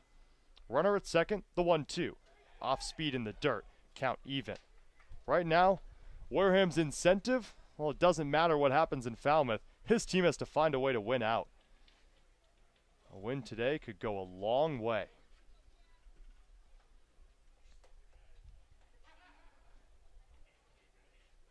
Two balls, 2 strikes the count. Runner at second, no outs. Bottom 9. Fastball just low, much to the chagrin of the dugout on the third base side. Some of those Brewster players let out a groan or two. Great job by Diodati. Lays off the last 2 that missed the zone. Working the count full. Here we go. No outs, bottom 9. Brewster 6, Wareham 5. Game tying run, all in the hands of the pinch runner over at second in Blake Wright. The payoff pitch. Breaking ball forces a turn from Diodati, and he heads over to first. The second walk he's drawn today, 5th overall, issued by this Brewster pitching staff. Wow. All of a sudden, with no outs in the bottom of the 9th, the game-tying run's at second, and the go-ahead run is on the base paths over at first for Will Rogers. Can say a lot about this Gateman team, Alex. 9 points out of the playoff race with only 7 games to go. They found a way to pick up points in their last 2 games. This never-say-die mentality, well, it's been at the top of the bucket list for this Gateman group. They've been in almost every single game. Now Mark Furtado is looking toward the first base side, talking with Harvey Shapiro. And they'll send out another pinch runner. So now Cameron Chick will run for Owen Diodati. So 2 pinch runners on. Ryan Campos credited with the double to lead off the 9th. Blake Wright took his spot over at second, and now Cameron Chick is over at first after Owen Diodati drew the walk. Obviously no extra inning, so it's not like you're losing anything defensively or offensively later in the game. You're trying to win it here. The left-hander, Jack Stroud. The pitch, Rogers shows bunt. Dribbler to the left side. It's picked up, thrown over to first, and Diaz able to rifle it in the direction of the first baseman, Mendenham, who picked it off the ground, and there's one away.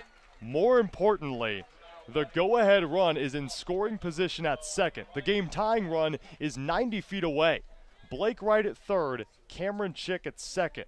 And now the infield will move in. Anything out of the infield will most likely tie it here in the 9th inning. We've seen this time and time again. The Gatemen in situations like these, they're not able to capitalize with some critical hitting. A chance to change that now. It's in the hands of Brian Morrell with one away. First offering cut on and missed. It's a Gateman team that has yet to have a comeback win, have flirted with one so many times this summer, and doing so again here. Against Katuitt, about a week and a half ago, the Gatemen had this exact same scenario. and they were unable to score, down 1 in the 9th. Another opportunity here. 0-1 Morel waving a miss. Pitch upstairs, and the count 0-2. Peterson's done a phenomenal job so far in this at-bat to Morel. 2 breaking pitches that got him swinging and ahead 0-2. Jack Stroud in just his 2nd game on the Cape, and he's dealing with a tight situation. 0-2 fastball fouled off the chest of the catcher Byrne.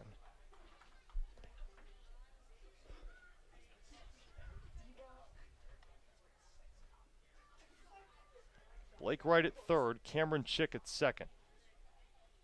Ryan Campos led off the 9th with a double, his 3rd base hit of the game. Owen Diodati a walk, his 2nd of the game. They were both replaced and moved over by a sacrifice bunt off the bat of Will Rogers. Ryan Morel had a single back in the 7th. That is only base hit. He's 1 for 4 on the day. Here's the 0-2. Fastball inside. 1-2. And if you're Brian Morel in this situation, you show up earlier this week, you're heading to your 3rd collegiate program in the fall.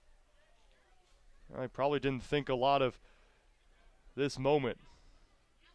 Coming to the Cape, about a week and a half left. Here's the 1-2, it's skied out of play. But all of a sudden, Brian Morel has the Gateman season in his hands. 6th pitch of this at-bat incoming. And Morel's done a great job staying alive when behind 1-2. First game against Brewster this season. He did not compete in that tie 2 days ago. Brewster up 6-5, bottom 9. Runners at 2nd and 3rd with 1 away. Infield in. The 1-2. Fastball, Morel pokes it out of play.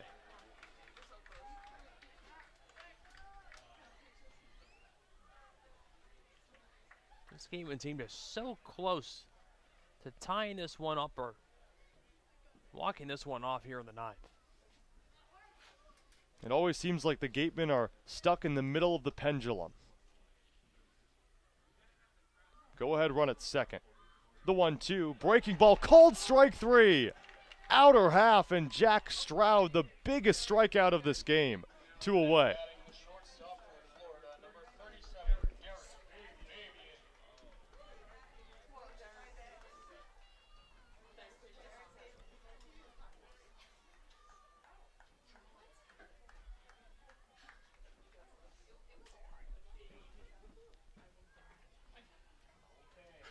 And now it's up to Derrick Fabian, who's been red hot as of late. 10 hits in his last 8 games, riding a 6-game hit streak. 2-out pitch upstairs. Now Derrick Fabian had a single back in the 3rd. Oh, base knock right now. That could change the dynamic of this playoff push. The infield now drawn back. They're playing heavily on the left side, the pull side of the righty Fabian. Well, the first baseman, Mendenham, is the only player on that right side, and he's probably a 1/3 of the way over to 2nd. And now Keister will move closer to the right side of the infield. 1-0, high.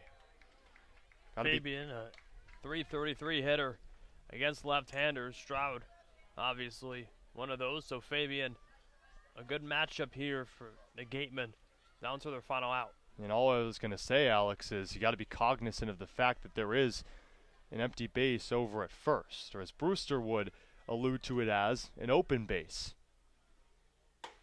2-0, and again, Stroud pitches with that fastball high, and he's missed all 3 times. And I say that because you don't want to risk everything. On a 3-0 pitch, do you throw it down the middle and hope that Fabian doesn't have the green light? Well, you have that free base over at first. And who's waiting in the on-deck circle? It's Carter Graham. I honestly think they've been pitching around Fabian here. The 3-0. Fabian takes. Did not have the green light. A great fastball with a lot of movement on it. Clipped the inner half. A perfect 3-0 pitch when the previous 3 that pitched around Fabian. 2 away, bottom 9. 2 in scoring position. Go-ahead run is at second with Cameron Chick. 3 balls, 1 strike the count. Fastball high, and that loads the bases. Well, 4 out of the 5 pitches were around Derrick Fabian. They chose to hand him the free base, hoping maybe at one point he would swing. But now all the focus is turned to Carter Graham, who's 0 for 4 on the day. Had a double stolen away from him back in the 5th inning. With a situation like this, Brewster's not taking any chances. They'll send out their pitching coach, Jason Rathbun, also known as Coach Raz. He's trying to talk some sense into Jack Stroud. For a player that pitched in the regionals, you just wonder what's going through his head in this situation. Carter Graham due up. 0 for 4 on the day as the first baseman out of Stanford. He plays well beyond his years. Led the Pac-12 in home runs. We've already seen 5 today combined between both teams. Well, if Carter makes it 6, it would be in walk-off grand slam fashion. This is how the base paths are oriented. Blake Wright, a pinch runner over at third. Another pinch runner, Cameron Chick at second. Over at first is Derrick Fabian. A double and 2 walks have put those runners on. The defense sets standard. The 2-out pitch. Graham swings. It's foul tip into the glove of Byrne. That's strike 1. Graham had the idea. Thought we would get a fastball first pitch.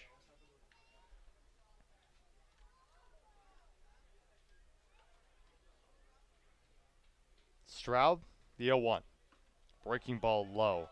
Good eye from Carter Graham, who has just 3 of his 11 hits against lefties. If you're Atkinson behind home, you got to be nothing but sandbags. Nothing by you here. If the ball does get by, well, Blake Wright has the green light home. The tying run is 90 feet away. 1-1. Fastball. Did Graham go? He did not, says first base ump Mike Lightbody.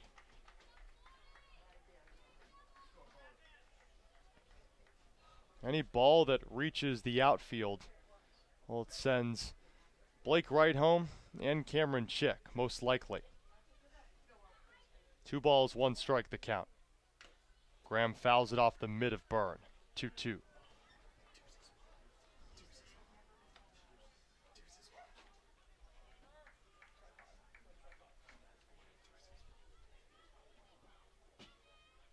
Stroud entered this game in the 8th. This is second full inning of work. 1 strikeout or 1 strike away from ending this game.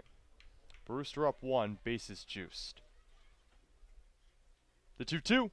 Fastball swing and a miss. And Brewster closes the door on this home-and-home series. Jack Stroud with a strikeout of Carter Graham. And that ends the ball game.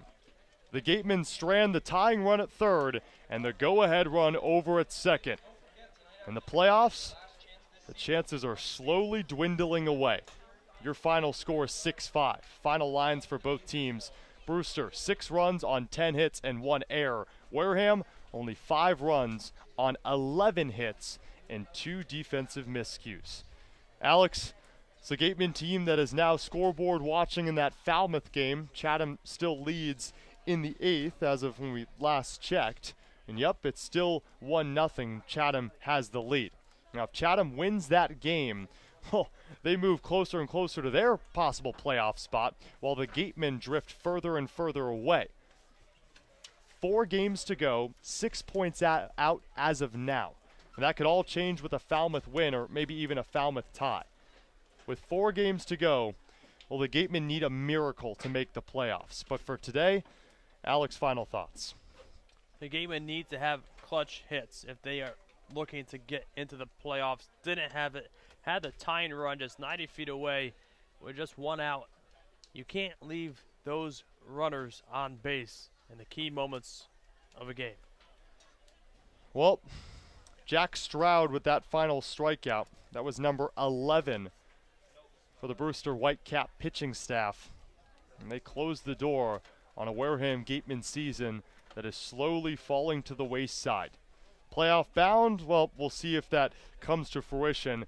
Make sure you keep an eye on that Falmouth game with the Commodores currently trailing the Chatham Anglers in the 8th, 1-0. If Falmouth loses, well, this game means nothing and we just move forward. Now the Gatemen don't gain any ground. Right now, Wareham is 6 points out of a playoff spot with 4 games to go. A monumental task, yes, but this Gateman team, they never say die. We'll see the Wareham Gatemen tomorrow, another home game against the Cotuit Kettleers, another West Division opponent.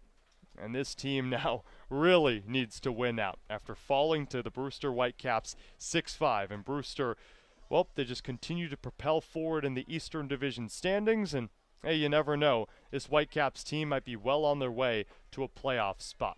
For Claire Foley and Alex Feuz and our producer Joey Demaray, I'm Cameron Ezeir saying so long. Your final score, Brewster beats Wareham 6-5, and now it's a monumental climb to the playoffs for the Wareham Gatemen. We'll see you tomorrow. First pitch at 6 o'clock against the Cotuit Kettleers.